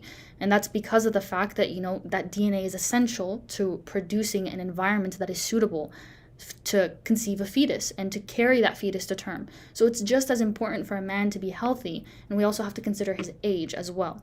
And not to mention, women only have limited number of cells. Generally, up until the age of 40 at least, how do I say this? Their DNA, the DNA of their cells doesn't, I mean, of the oocytes doesn't really change. What scientists are starting to realize is that the eggs in women are somehow like immune to aging in comparison to other tissues and other cells. So that's a distinction between men and women. I think you're operating on a conventional wisdom that's not really supported by contemporary science, and I think it's drifting away from that. And that's why I think this was Or is very that like wrong. the And this, conventional wisdom, like the huh? fertility, like you're talking about like the biology, right? But like there's also just statistics of like women, Fertility is you know, biological. trying to get pregnant. Yeah, fertility, but that's like the literal result. That's Yeah, like trying to when get pregnant again. how often is the woman getting pregnant at certain ages, right? And then you're saying, oh yeah, but like the new studies show this. It's like, well, reality shows something I'm else, I'm right? sorry. Even What do like you mean? Biology is studying reality. What are you saying? I'm I'm not saying that understanding. like de facto like is a lot harder for women to get pregnant past 30. That's what the Yeah, graph is because indicating. I mean, you because understand. they have less wait, That's wait, wait. They have eggs. less eggs. Yeah, yeah, yeah. It's not about the eggs in Yeah. themselves. My point here is when we're talking about fertility, okay, when you're talking about fertility, are you just talking about the ability to have a child? In Because part, yeah, but it's also about biologically, the health of the child, right? yeah, It's a very and important and factor. and your eggs and your sperm and so forth, that's what fertility is about. So what makes someone infertile, for example, is not just not having eggs, because some women have eggs but they still just can't have a child, they can't conceive a child, and that's typically because of the DNA or the health of their eggs and so forth. So fertility is Yeah. very much like a big part of it is about these like the eggs and the sperm and so forth. So I'm demonstrating to you how there's biological evidence that the eggs in themselves are fine. They don't have as much DNA damage. If anything, they're almost immune to aging. Aging doesn't damage these cells as much in comparison to men, where the more that they age, the more damaged this DNA and their sperm cells become, and the less likely they're going to be able to conceive as they get older. But I didn't say like women's eggs get more damaged when she gets older. Like I think you're very much But going into that's but semantics. that's I but literally that's just said the what the fertility goes conventional. Hold down. on, you're not understanding. I really really think this. All I'm gonna say here is I really really think you need to study biology more. I think you have a misunderstanding of how biology works. Um, but yeah, like this graph you're putting up here, and I'm sure if I went and read that study wherever you got it from, I'd love for you to send it to me and I can explain it to you later. I'm sure if I went and looked into it, they were probably looking at the viability of like the cells and the DNA and so forth. Like if we're just looking at the ability to give birth, that is very very reductionist, and it's not isolating variables because we're not considering the man's sperm, which we now understand it plays a big role in whether or not a woman is actually able to conceive a child and able to carry that child to term without having a miscarriage, right? It's very, very Mm. essential for nutrients, for creating the environment for the fetus to be able to survive. So just looking at whether or not someone's able to get pregnant or get their partner pregnant is a bit of a problem because we're not isolating variables there. Okay. Do you understand what I'm saying? So this was one part I had a really big issue with because that's like the conventional wisdom. If we're looking at contemporary science, they don't agree with this narrative. The narrative that Men, fertility goes down in women. after 30. Then, I mean, it's not after 30. It's more so like 35 to 40 or more 40. Well, But it also goes 40, I down. mean, as you can see, it's like literally almost like zero. It's very, very low. Yeah, but that's in that So, graph. Like you're showing me only one study. Like I said, like I'm not sure how like reliable this is. I don't know what variables they isolated. I don't know what they're looking at. You're just like you're saying fertility. I don't know what fertility means in this context. I don't know what they looked at because, like I said, I've looked at other studies that indicate otherwise. At least more recent studies, and also I you're think that seems to ignoring. be like a, Yeah, but my yeah. issue here is you're ignoring the fact that men's fertility also declines with age. Well, yeah, it does, but it's just less, right? A No, lot no, no. less. It's That's the whole if point. any. No, no, no. There's contemporary evidence indicating that it might be worse. That's my point here. Okay, sure. I mean, that doesn't Okay. really change the point that the women after 30 have a lot more difficulty getting Okay, pregnant. I mean, that's but really the what fertility issue is. If you're with saying, Shope. yeah, the Okay. man's at fault because his sperm is damaged, then No, no, no, no, no, that's no. another topic, Listen, really. I feel like you just don't want to like you don't want to agree on anything. Like, listen, like I'm telling you right now, like the whole point of Schopenhauer's thing was to say that their beauty is temporary, their fertility is temporary, and so forth. Like this is a very misogynistic view. I think you can agree with that. And claiming that their fertility, specifically women's fertility, declines with age is a very misogynistic narrative that has existed throughout history and it has reduced women's fertility to their worth and so forth. If that's what we're reducing it to, then the same applies to men as well, given contemporary evidence and studies.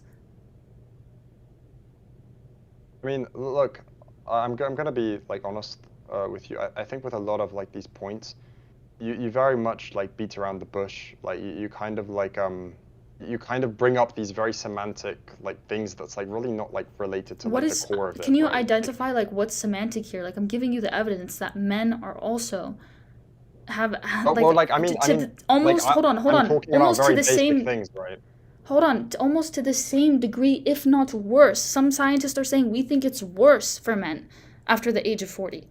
And if anything, women's cells are more viable than that of men. There are some studies on that. There's not like a scientific consensus, but there's like starting to have like a dissenting opinion among scientists in which they're saying we don't think it's just women anymore. We think it's also men. So I'm telling you this that it's an issue. I mean, This that's graph that true. you put up Like, here is a misrepresentation. That's my point here.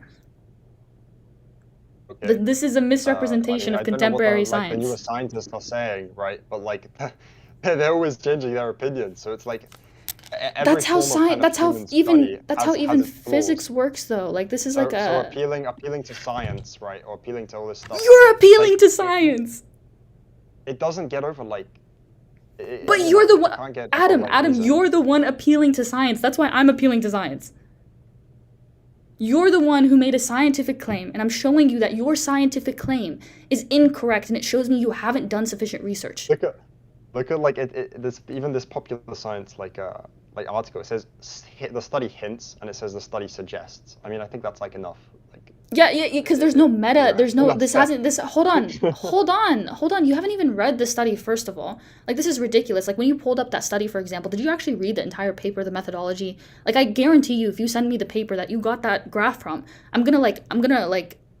How do I say this? Like I'm gonna like embarrass you, bro. Like I know you don't know what you're talking about. That's what's frustrating me here. I know you didn't do sufficient research because had you done sufficient research, you would understand that your position is incorrect based off of contemporary science. This is just one study that I'm showing you. They're trying to demonstrate that these eggs have special protection against certain types of aging. That's all it's showing here. This isn't particularly about fertility or whatever it may be. It's the claim that I was, making earlier. My point here is you haven't done sufficient research, yet you are making scientific claims that are harmful to women. So again, if Again, you can provide I me can't really say I can't here, really say much can you about this send because I me feel like can you send me the I study? can. Can you just do you have the study on you? We can go through it right I now and I don't can have show the you what's study wrong on me with right it. now. Sorry, I don't know. Oh, Okay.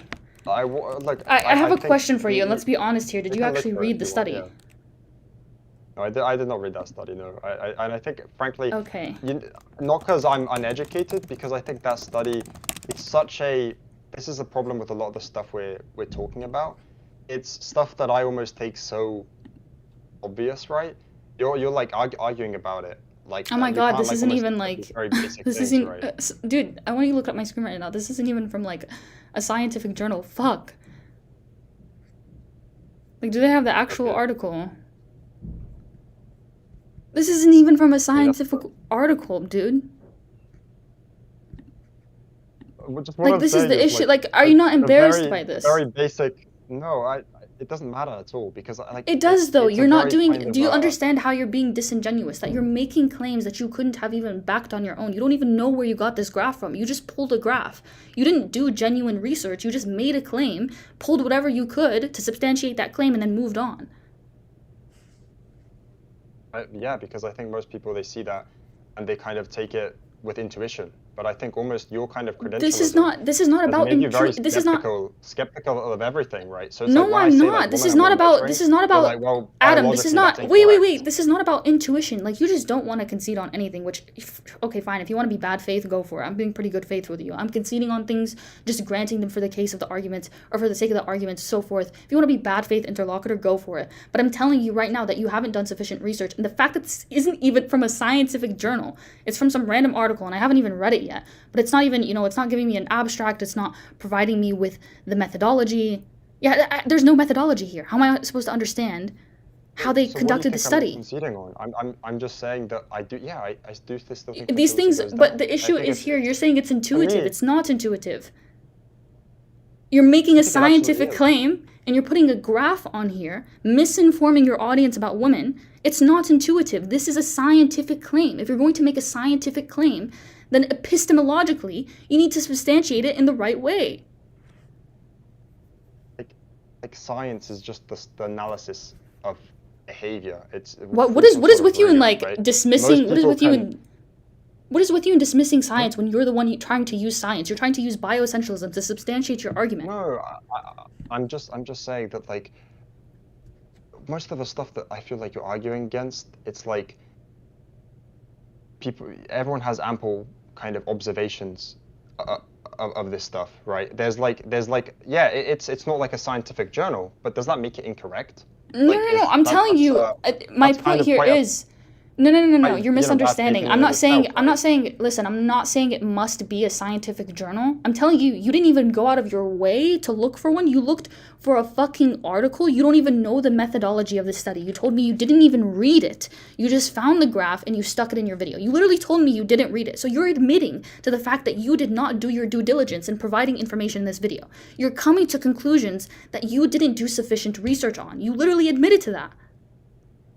Do you So not think that that's what would problematic for you to be teaching things to your audience that are objectively not true? what would be like the due diligence? What are you, do you think I'm missing in this case? Okay, Exactly. when we do research, 'Cause, for example, let's say I'm trying to look at women's fertility. Let's say we look up unbiased prompts, right? You don't go to BBC, you don't go to Medium, you don't go to UC Francisco, you don't go to Mayo Clinic, you don't go to World Health Organization. You go to National Institutes of Health.gov, you go to the science journals, you go to Life Science. Like, these are places, that's not it. ScienceDirect.com. These are scientific journals. They post research papers on these Okay. websites for you to read them in I full. understand. You don't need to tell me how to do this. Do Okay, this but you're stuff, asking me where did I think you I- went wrong? no, I I think you went appreciate it. wrong by not No, searching, doing actual research. So but you're just, it's a similar thing you were doing before, basically, just on the comment. You're saying you haven't done research, and that's the fault. It's not really what's being The fault said. is your The yes. way you're kind of- No. The way you're The kind fault of like trying to shoot it down is by saying that the fault but the is your eggs, claim. Men have The problem fault. with the. No, Adam, the fault is your claim. And I know that you didn't do your research. The reason why I was cooking you in the comments and I said, I know you don't know what you're talking about and you don't know anything about biology because of what you're putting on the screen. I study biology. I do research assistantship. I know what I'm talking about. I study these things in depth because I argue about them all the time. I know you did not read this, and that's why I was asking you. I didn't want to ask it first because I don't want it to come off like I'm being pretentious, but I know you did not read this, and I know you did not do sufficient evidence just by this shitty fucking graph you're putting on the screen. Like, this looks like it came from like a fuck ass article, bro. Like, I'm sorry, like I'm getting like frustrated because you're just like, you don't want to concede on the fact that you did not do your due diligence. You don't have anything to substantiate the claims that you're making. You don't have evolutionary Your biologists. You didn't your read kind of any gotcha literature. moment with the graph is just saying You that didn't read any yeah, well, literature. male fertility goes down as well, You and didn't the read female any eggs don't literature. actually lose. You Like that's didn't not read any disproving what I'm literature. saying If at you want all. me to I don't disprove know it, I if you will don't listen. get If that. you want me to disprove it, I will go and find all the studies for you that I have in my archive. I don't feel comfortable going through my computer right now just because I'm on live, and I can't get it to just stick to one Okay. window. But I can give you the evidence later. But you are wrong. You don't know what you're talking about. And for you to, this is what I mean by being bad faith. You as a person, as a creator, as someone who's trying to educate people, right? You have all these books behind you. You're making videos on Schopenhauer. You're trying to educate people on their views. At least that's what you were saying to me, right? And try to explain to them his perspective, right?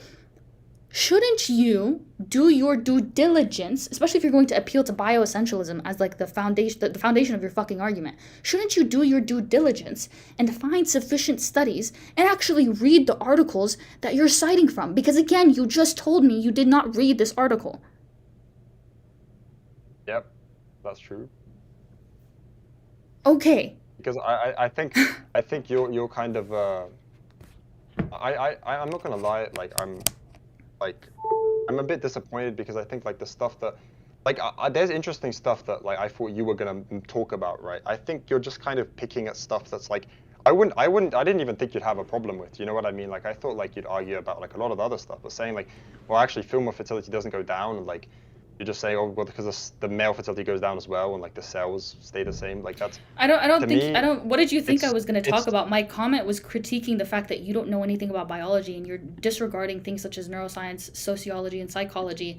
Like that was my comment here. You're appealing to essentialism when you clearly don't know what you're talking about. That's the only thing that I said. What did you think I was going to argue with you on? yeah. I The mean, metaphysics of what a woman should be? Like I don't really care about that. My contention here was you were appealing, like this is your entire video, buddy. You're telling me why am I appealing to science, but the basis of your arguments is appealing to essentialism, appealing to biology, and the biology is wrong or it's lacking, further explanation. It's disingenuous. That is my contention here. Like your whole like anything that you are trying to substantiate is using biology and it's wrong biology. It's bad biology. it's wrong now. Like how is Yeah, it yeah. wrong? I just You made explained so to you many why like it's leaps of wrong. The faith. contemporary It's there's hilarious, contemporary. I just actually. explained to you why it's wrong. The contemporary evidence That doesn't suggests make it wrong at otherwise. all. Yes, it does. That Oh my doesn't God. make it So, different like at all. again, within biology, again, you don't understand this. When we have inductive reasoning, we look at a statistical likelihood of something being true, and we use Bayes' model, Bayes' theorem, to calculate the likelihood of a certain claim to be true, a certain proposition to be true. The more evidence that we have that is consistent with the claim, or consistent with it being true, the likelihood that it goes up, the more that the likelihood goes up, and the more that we treat it as if it is just true. When it goes down, we don't treat it like it's true anymore. And the fact that there is so much evidence disproving this, especially contemporarily, we're finding more and more evidence that is disproving this claim, is proof that it is not true. It is bad biology, it's bad research, it's disingenuous, and you did not do your due diligence. And that is why people in the comments are mad at you. Like, in terms of biology, you just don't know what you're talking about. So don't appeal to science if that's not something that that's not your specialty. Um, I mean, there's not really much more I can say, for this to be like a productive conversation, at least not like on this Fine. topic. Yeah. Fine. If there's Anyways. anything else like you really want to talk about, you can. Yeah, but yeah. Yeah, the only thing left that I'll talk about to. is, I guess, yeah, women remain children all their lives. Again, yeah, I don't agree with this because what you understand a woman to be is, by its core, a sex-based anchor. So this is just a category error. They're not children. Exhibiting particular traits of something doesn't make you a child. Like, for example, we understand that there's a social construction about what it means to be a woman, right? We associate long hair, we associate softer features, painting your nails, wearing makeup, wearing dresses as feminine, and we perceive this as something to be a part of womanhood, although that's not what makes you a woman. Just because I paint my nails, just because I put a dress on, just because I wear makeup, that doesn't make me a woman. Yeah, I Same get thing, you, just because I indulge in certain things that might be associated with being a child, that doesn't make me a child, doesn't make Yeah, me I agree. childlike, because That's fundamentally not these things aren't associated with okay. being a child. They're not associated with being a woman. They're just things that we typically exhibit. That's it. And the issue that I have with this is this philosopher is a fucking predator. Not sure if you knew that. Perhaps he thinks children or women are like children because he went for women who were children, or at least close to being children. There Or is like 17 or some, something. huh? Like what, 70 years old or something. 17? Yeah, yeah. Yeah. The girl, he was like, what, like I think 45, 48, and the girl was 17. Um, That's yeah, actually and correct, right. what's interesting is a lot of these excerpts that you're giving, where he writes about women, like for example, women are like children, is after this girl rejected him for essentially preying on her. Okay, like she essentially described him as a predator in her diary and in her what we look at from her Yeah. diary and stuff like that. She described him as a predator. The guy's a fair fucking enough. predator. Is that really like relevant? I mean, that's kind of. I don't I mean, I want to think it dismiss it. I is. just don't know what that has to do with the argument. You know. I mean, And perhaps, also, I'm curious. Have you perhaps. actually read the essay? What essay? Context on women. Oh no, not in full, no. I mean, I don't really Okay. care to, because I don't agree with most of these things. And again, like, I think biologically, metaphysically, it disagrees with my worldview. So I just like I'm not gonna agree with it regardless. But my point here is that perhaps he thinks women are like children because the women he went for were indeed very, very young. I mean, I think saying like a 17-year-old's a child is quite a stretch, but that's Wait. You kind don't of think one. you don't think it's predatory for a 48, 45-year-old man to go for a 17-year-old? I don't really think it matters. Like what I You don't think I it don't know the matters? You don't. context of what No, you're I'm saying. asking you. Do you think it's predatory? I have no clue about what you're Oh my like, God! referring You to. don't I think it's can't tell you. predatory?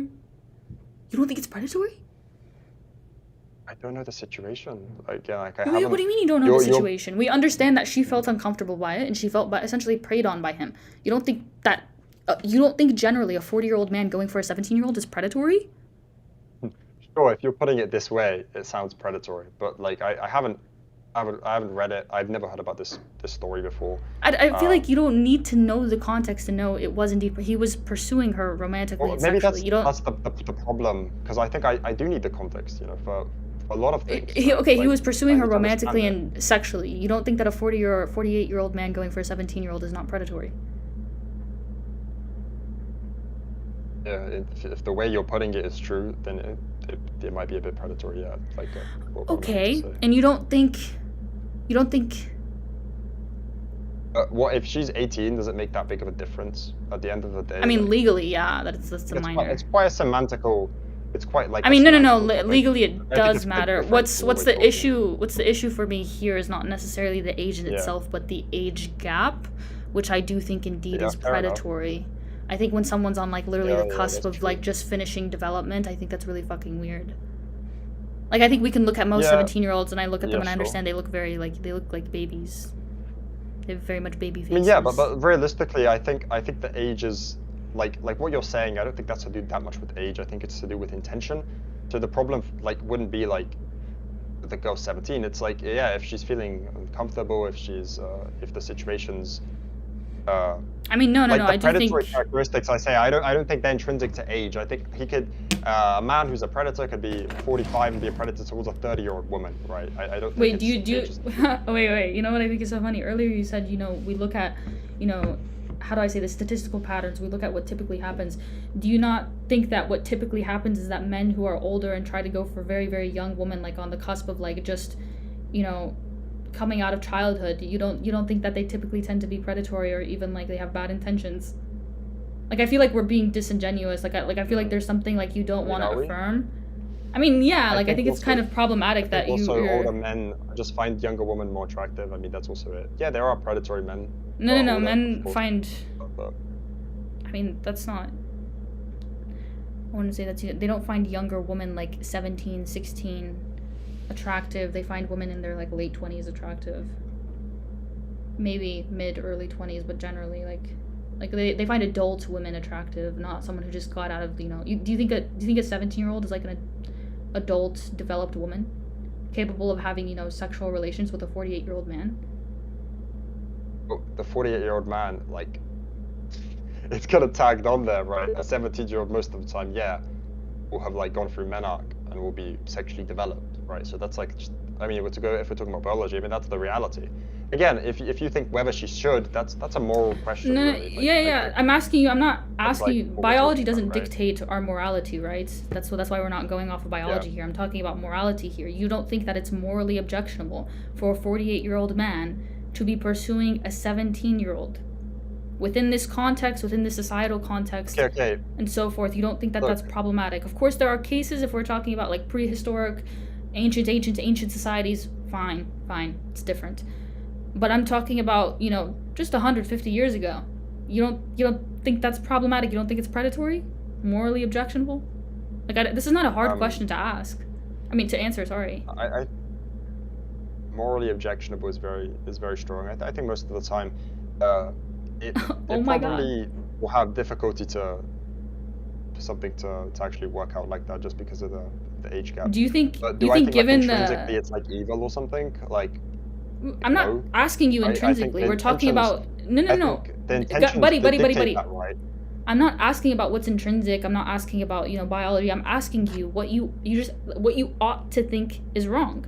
Do you think that men ought not to go for women who are significantly younger than them, and not as developed in comparison to? And if we're talking about if you're prioritizing things like fertility and health and so forth, and having good mental health, and like you're prioritizing the right things, I would presume you'd at least go for someone in their 20s. Hey, but look, I don't really want to continue this debate, at least on this topic, because I think it's not productive.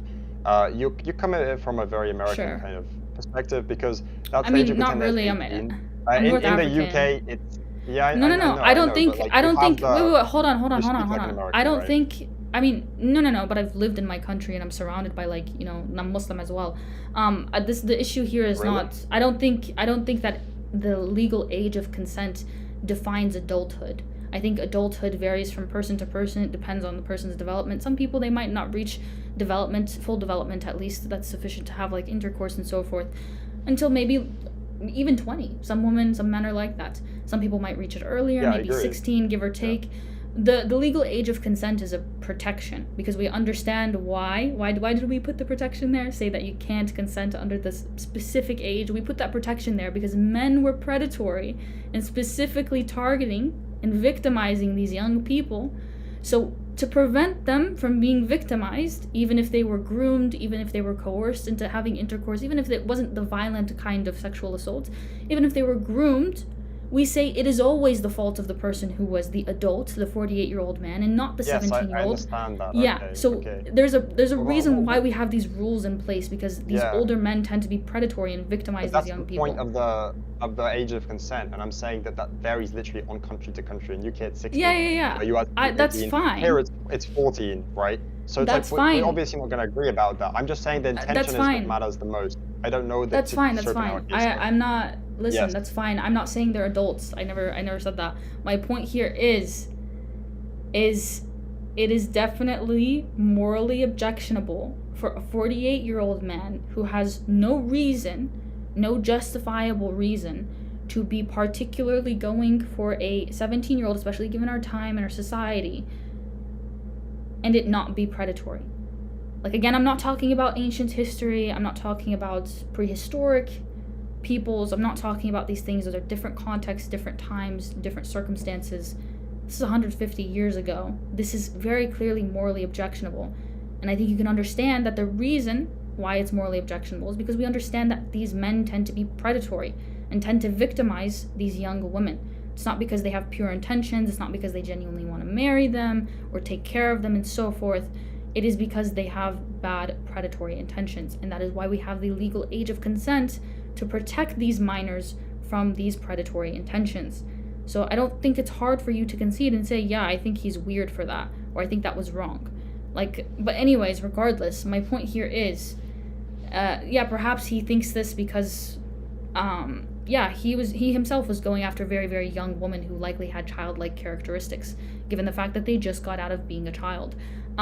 Assuming that we're assuming here, granting that she was developed physically, psychologically she's probably still childlike because she's probably still surrounded by high schoolers and so forth. And then also, yeah, again, just ontologically, a child isn't the same as a woman. I can't. You don't become a woman by virtue of like these social characteristics, and you also don't become a child by virtue of exhibiting social characteristics, because these social characteristics aren't tied to being a child. Likewise, they're not tied to being a woman. So yeah, saying that, agreeing with this narrative that they are childlike, I think is just infantilizing women. You would have to give me a symmetry breaker for why neurologically. I want neurologically. I don't want, your social observation. I don't want your anecdotes. Neurologically, provide me with the symmetry breaker that women are indeed more childlike than men. I mean, I think I said what I said like in the video more or less. I mean, I don't think the argument.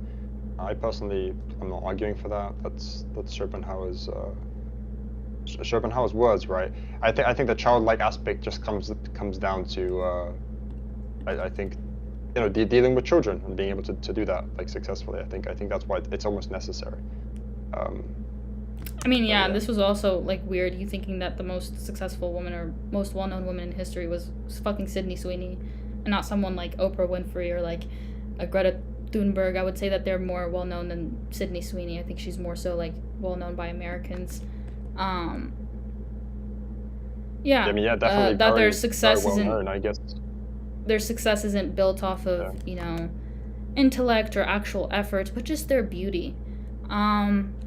Yeah, these are arguments that you're making. These are not arguments that Schopenhauer is making. Like, you're not pulling this from his text. You're making further arguments to substantiate their positions, or his positions, sorry, and you're doing it through misogyny. So yes, these arguments are very misogynistic.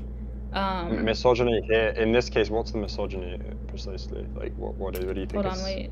Perhaps the essence of Schopenhauer. On the topic, I mean, right? the fact that you said that most women in history who have been successful, they did it through beauty and like, how do I say this? Like sexual prowess, not actual intellect and effort. And then you put Sydney Sweeney and Marilyn Monroe on the screen. I would not say that those are the most think successful. that's related to like Schopenhauer's argument as well? They are definitely like some of the most. This is my famous, point. Like you're icons. kind of shifting now, and you're telling me this isn't my position, but you should have clarified that in the video. That's your responsibility if you don't want people to interpret it in that way. I think it's I think it's just a waste of time to always be It's saying, really not. opinion. It would take 20 seconds for you to clarify in the beginning of the video. These are not my positions. I'm just trying to argue for Schopenhauer's point. That's not that hard. Like you're saying like this is like you I should be do giving. in part agree with this. There's some of the women who have reached the highest points, in their careers, have been, actresses, singers. I mean, I don't think that's like an issue. Of course, you're gonna say there's women in other fields who have excelled. Yeah, that's true. No, but your claim here was like these are Yeah. the most well-known successful women, or at least most, yeah. And I disagree with that. Like that's just objectively wrong. There's like I would say more people know Greta Thunberg than they knew of Sydney Sweeney. Like I don't like even my own sister, for example. I doubt she even knows who like I don't know. Sydney Sweeney is. But regardless, Foresight and wait, there is. are contained herein. Again, we have the parallel to children, which we discussed before, and a set of 4 descriptors of female behavior. The first 2 are only seeing what is near in hand, implying a lack of prudence and foresight, and that they cling to the present. Again, quite a scathing set of remarks, but these 2 points I want to focus on and try to understand better, because they tie in remarkably well to his other arguments. When we examine the trajectory of female life, Schopenhauer described earlier, the early maturity and the richness of beauty endowed upon her, which is to attract a suitable male partner, after which follows maternity and a necessitated loss of her earlier beauty, just as the female and Yeah. I just hate this beauty narrative. I hate the childness, the youthfulness narrative. Like, women also cared about men's appearances as well. Like a lot of male genital morphology and just general physiology was selected for by women sexually. The way that you look right now is because your ancestors thousands and thousands of years ago, some woman down the line selected for those particular characteristics sexually. So there were particular like physical characteristics. Like I would think if we're talking about prehistoric societies, women were looking for a man who was probably buff, had physical prowess, was had good bone structure because it indicates good health. especially in terms of like your diet and so forth. They probably selected for these kinds of characteristics and preferred men that were also attractive, also youthful, because Of this was course, also indicative. that's Yeah, quite obvious. yeah. Yeah, But my it's point here yeah, is of like course. the Like reason why I it's would say like Brittl's law, right? again, It's the reason why I would say maybe perhaps women don't care about that as much today is because, within capitalist societies, they're probably more concerned with things like money, and they're willing to concede on having a man that they're actually attracted to, even if he's like, fat and very unattractive, as long as he has enough money. So I don't think that women don't care about men's attractiveness. I just don't think, given the current market and current society and current structure, that they have the ability to dictate that uh, in the ways yeah. that they used to, at least. But by the way, so should I call you Raz? Is your name Raz Kia or You can just just call like me Raz. exactly? Huh? You can just call me Raz. Yeah. Okay. Um. Yeah, Raz. I appreciate the chance. To talk with you and uh, this whole experience. I think obviously like there's just some stuff that like um we don't agree on, and I just don't think it's just productive to continue. And again, I want to hear you out. I think obviously you come from a very different like background that informs it, and without like the context of with that context, I understand it and I sympathize it, and yeah, I appreciate being able to talk to you about it, but yeah. Yeah, I guess no problem. It was nice having you on here. Yeah, and I just want to clarify, part of because I mean I probably partially correctly assumed, that like your upbringing influenced you towards this other direction, right? When viewing women, and I don't like disagree with that, like with any of that, right? I don't disagree with like a woman having agency or a job. It's just the fact that I think everything is a trade-off, and at least in my life, I think, I think listen, I yeah. listen, I don't think you know anything about me as a person. I think you're just assuming because I'm Algerian and I'm North African that I might have been exposed to particular things and that's why I have the positions that I have, and that's just like not the case. I used to be far more liberal than I am now. If anything, I'm more conservative, or I like to call myself a centrist, but in comparison to before, I was far, far, far more liberal, far more left. So no, my upbringing didn't really necessarily shape my perspective on women and these dynamics in the way that you're assuming. I think you're just assuming that because of my religion and my background, which is like I grew up in America.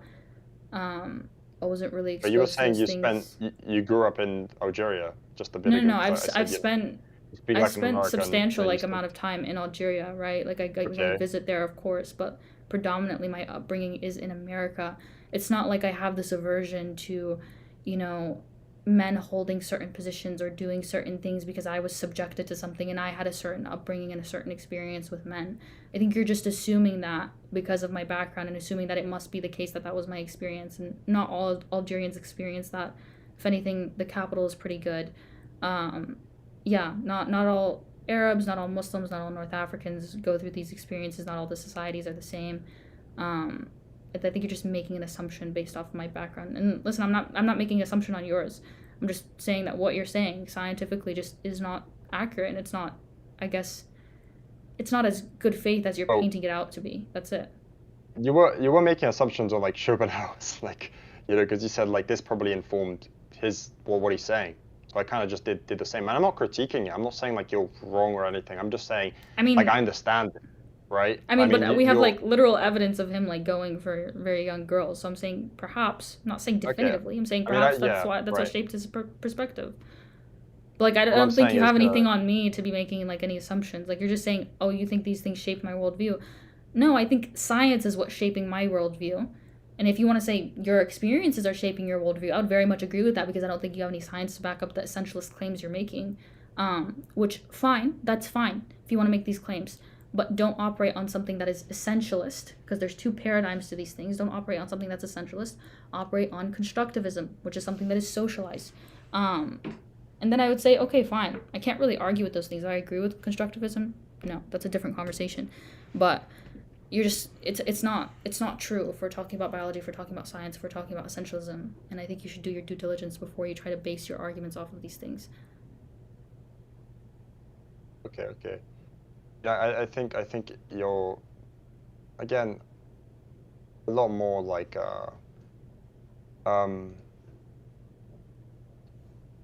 unnecessarily almost like defensive. Like I'm not trying to attack you. I'm just like trying to come, from a place of sympathy. I don't think you're attacking me. I Like, think just I'm pretty like I have a pretty like strong like personality. maybe Like maybe that's why yeah, it's coming off that maybe I'm way. incorrect like with the stuff that I'm saying, but I'm just saying like, yeah, it does shape everyone, right? And the views like that I express, uh, you know, like my analysis, I mean, is shaped by my views, right? It's just more obvious, right? I think even peer-reviewed studies and research is shaped, right? Because people I'm not endeavor and and you're look at misunderstanding. I'm certain not things, saying right? I'm not So like of course I'm shaped by my experiences in my life, but I'm saying I think you're making assumptions about my life and my experiences that I don't think are true. And I think you're just making those assumptions. Not only are you misinformed on biology, but I also think you're misinformed on at least I don't think you're as literate culturally to be making that assumption about, I'm sure you don't know that much about, Algeria uh or Morocco and so forth. Just you visiting it isn't sufficient enough to know the experience of different cities and so forth. Like some cities in Algeria are far far far more liberal and free for women in comparison to other cities. Like it's not a countrywide thing. My point here is I just think you're making like an incorrect assumption about me. This again is not, my positions are not fueled by my experiences. My frustration here is not fueled by experiences. My frustration here is your lack of research and you not doing your due diligence and propagating disinformation that is thereby harmful and used to propagate misogynistic narratives about women. And you claiming you're not misogynist and this wasn't your intention, I don't find that to be entirely true because your comment to me proved otherwise. Like the fact that you told me I am proof that women should not be in academia or something along those lines. I'm not quoting it bar for bar, but something like that, trying to imply that I must be less educated than you, in spite of the fact that I'm literally proving to you I at least do my due diligence, right? You're assuming that I'm less educated than you or not as intelligent as you just because I'm a woman. Or I just think it was a very emotional reaction. I just think that's what it but was, where's right? where's Like I that's think if coming you from some scroll kind of down, like in the comments, there's people who've written out quite long comments critiquing it, and I've responded. Okay. It's the fact that you gave me nothing to respond to. It was an emotional argument, and I think It wasn't. How is continually this again, emotional? maybe no, it wasn't I even an said argument. you're I'm sorry, it's just an emotional grossly, comment, right? yeah, no. I was Uh, just commenting that you are grossly uneducated on biology. Too much to be and attempting to appeal to essentialism. What it is incorrect about after we've just went through this? What is so incorrect about what I said? You're okay. misinformed about biology.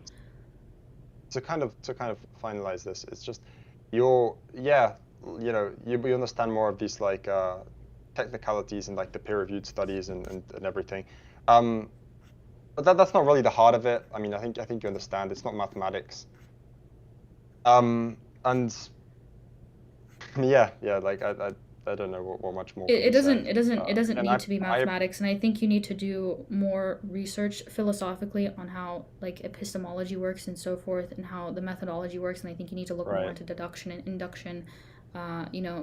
If we're talking about deduction in mathematics, these things are only as good as their axioms and their premises.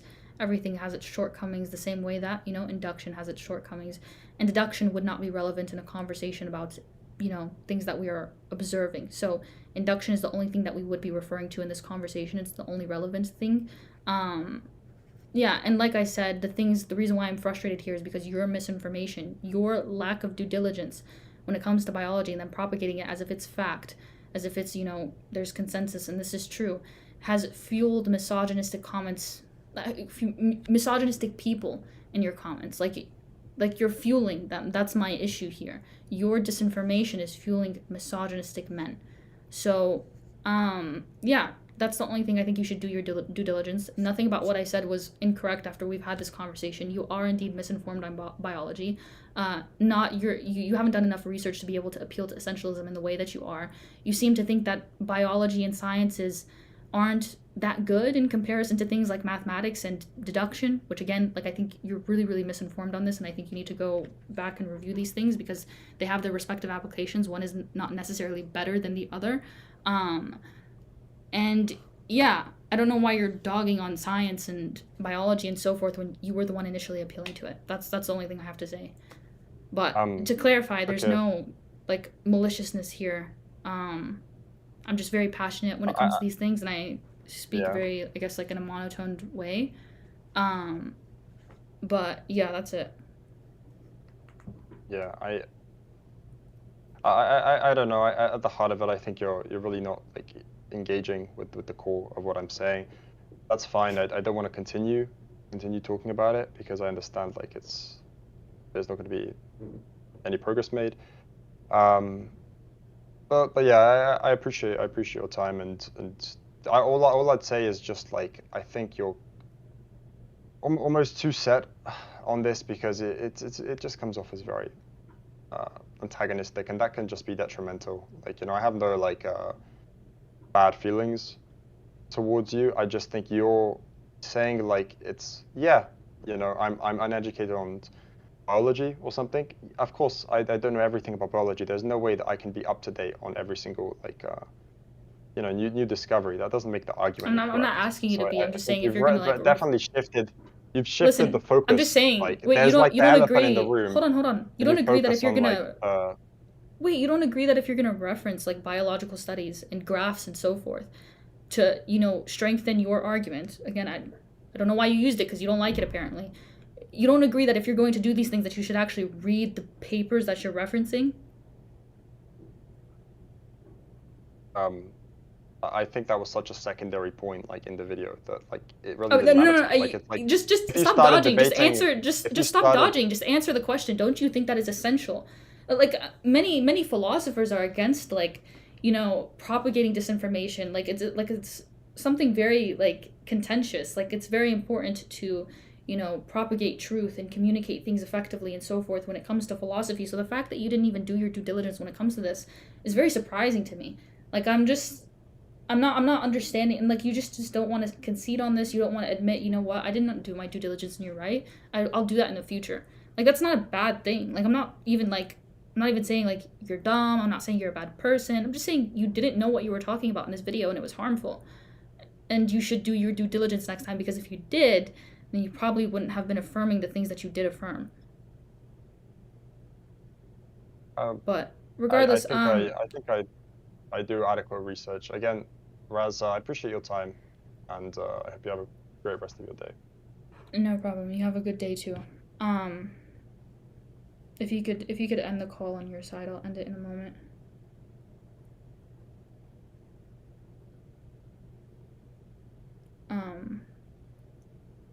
Let me read the comments because I have not been really reading them. I'm not sure if this is... Okay, there we go. Wow.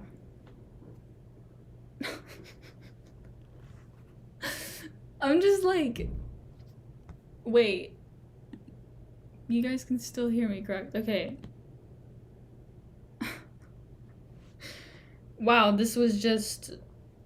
I really tried to avoid being rhetorical at times. Of course, like, I got frustrated just because, like, I just don't understand why he wouldn't concede on some things. But, she bashed his ego? When did I bash his ego? Are you saying that I don't know, made him feel bad? Or that I was intentionally doing that? Also, I'm curious as to why the chat is so slow.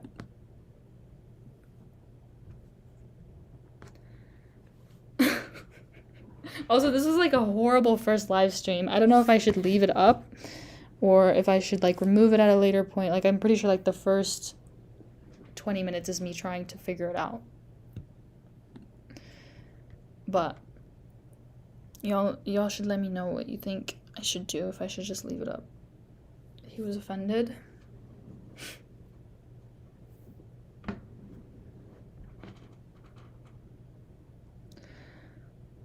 Wow, that took up like 3 hours of my time. I should have been studying.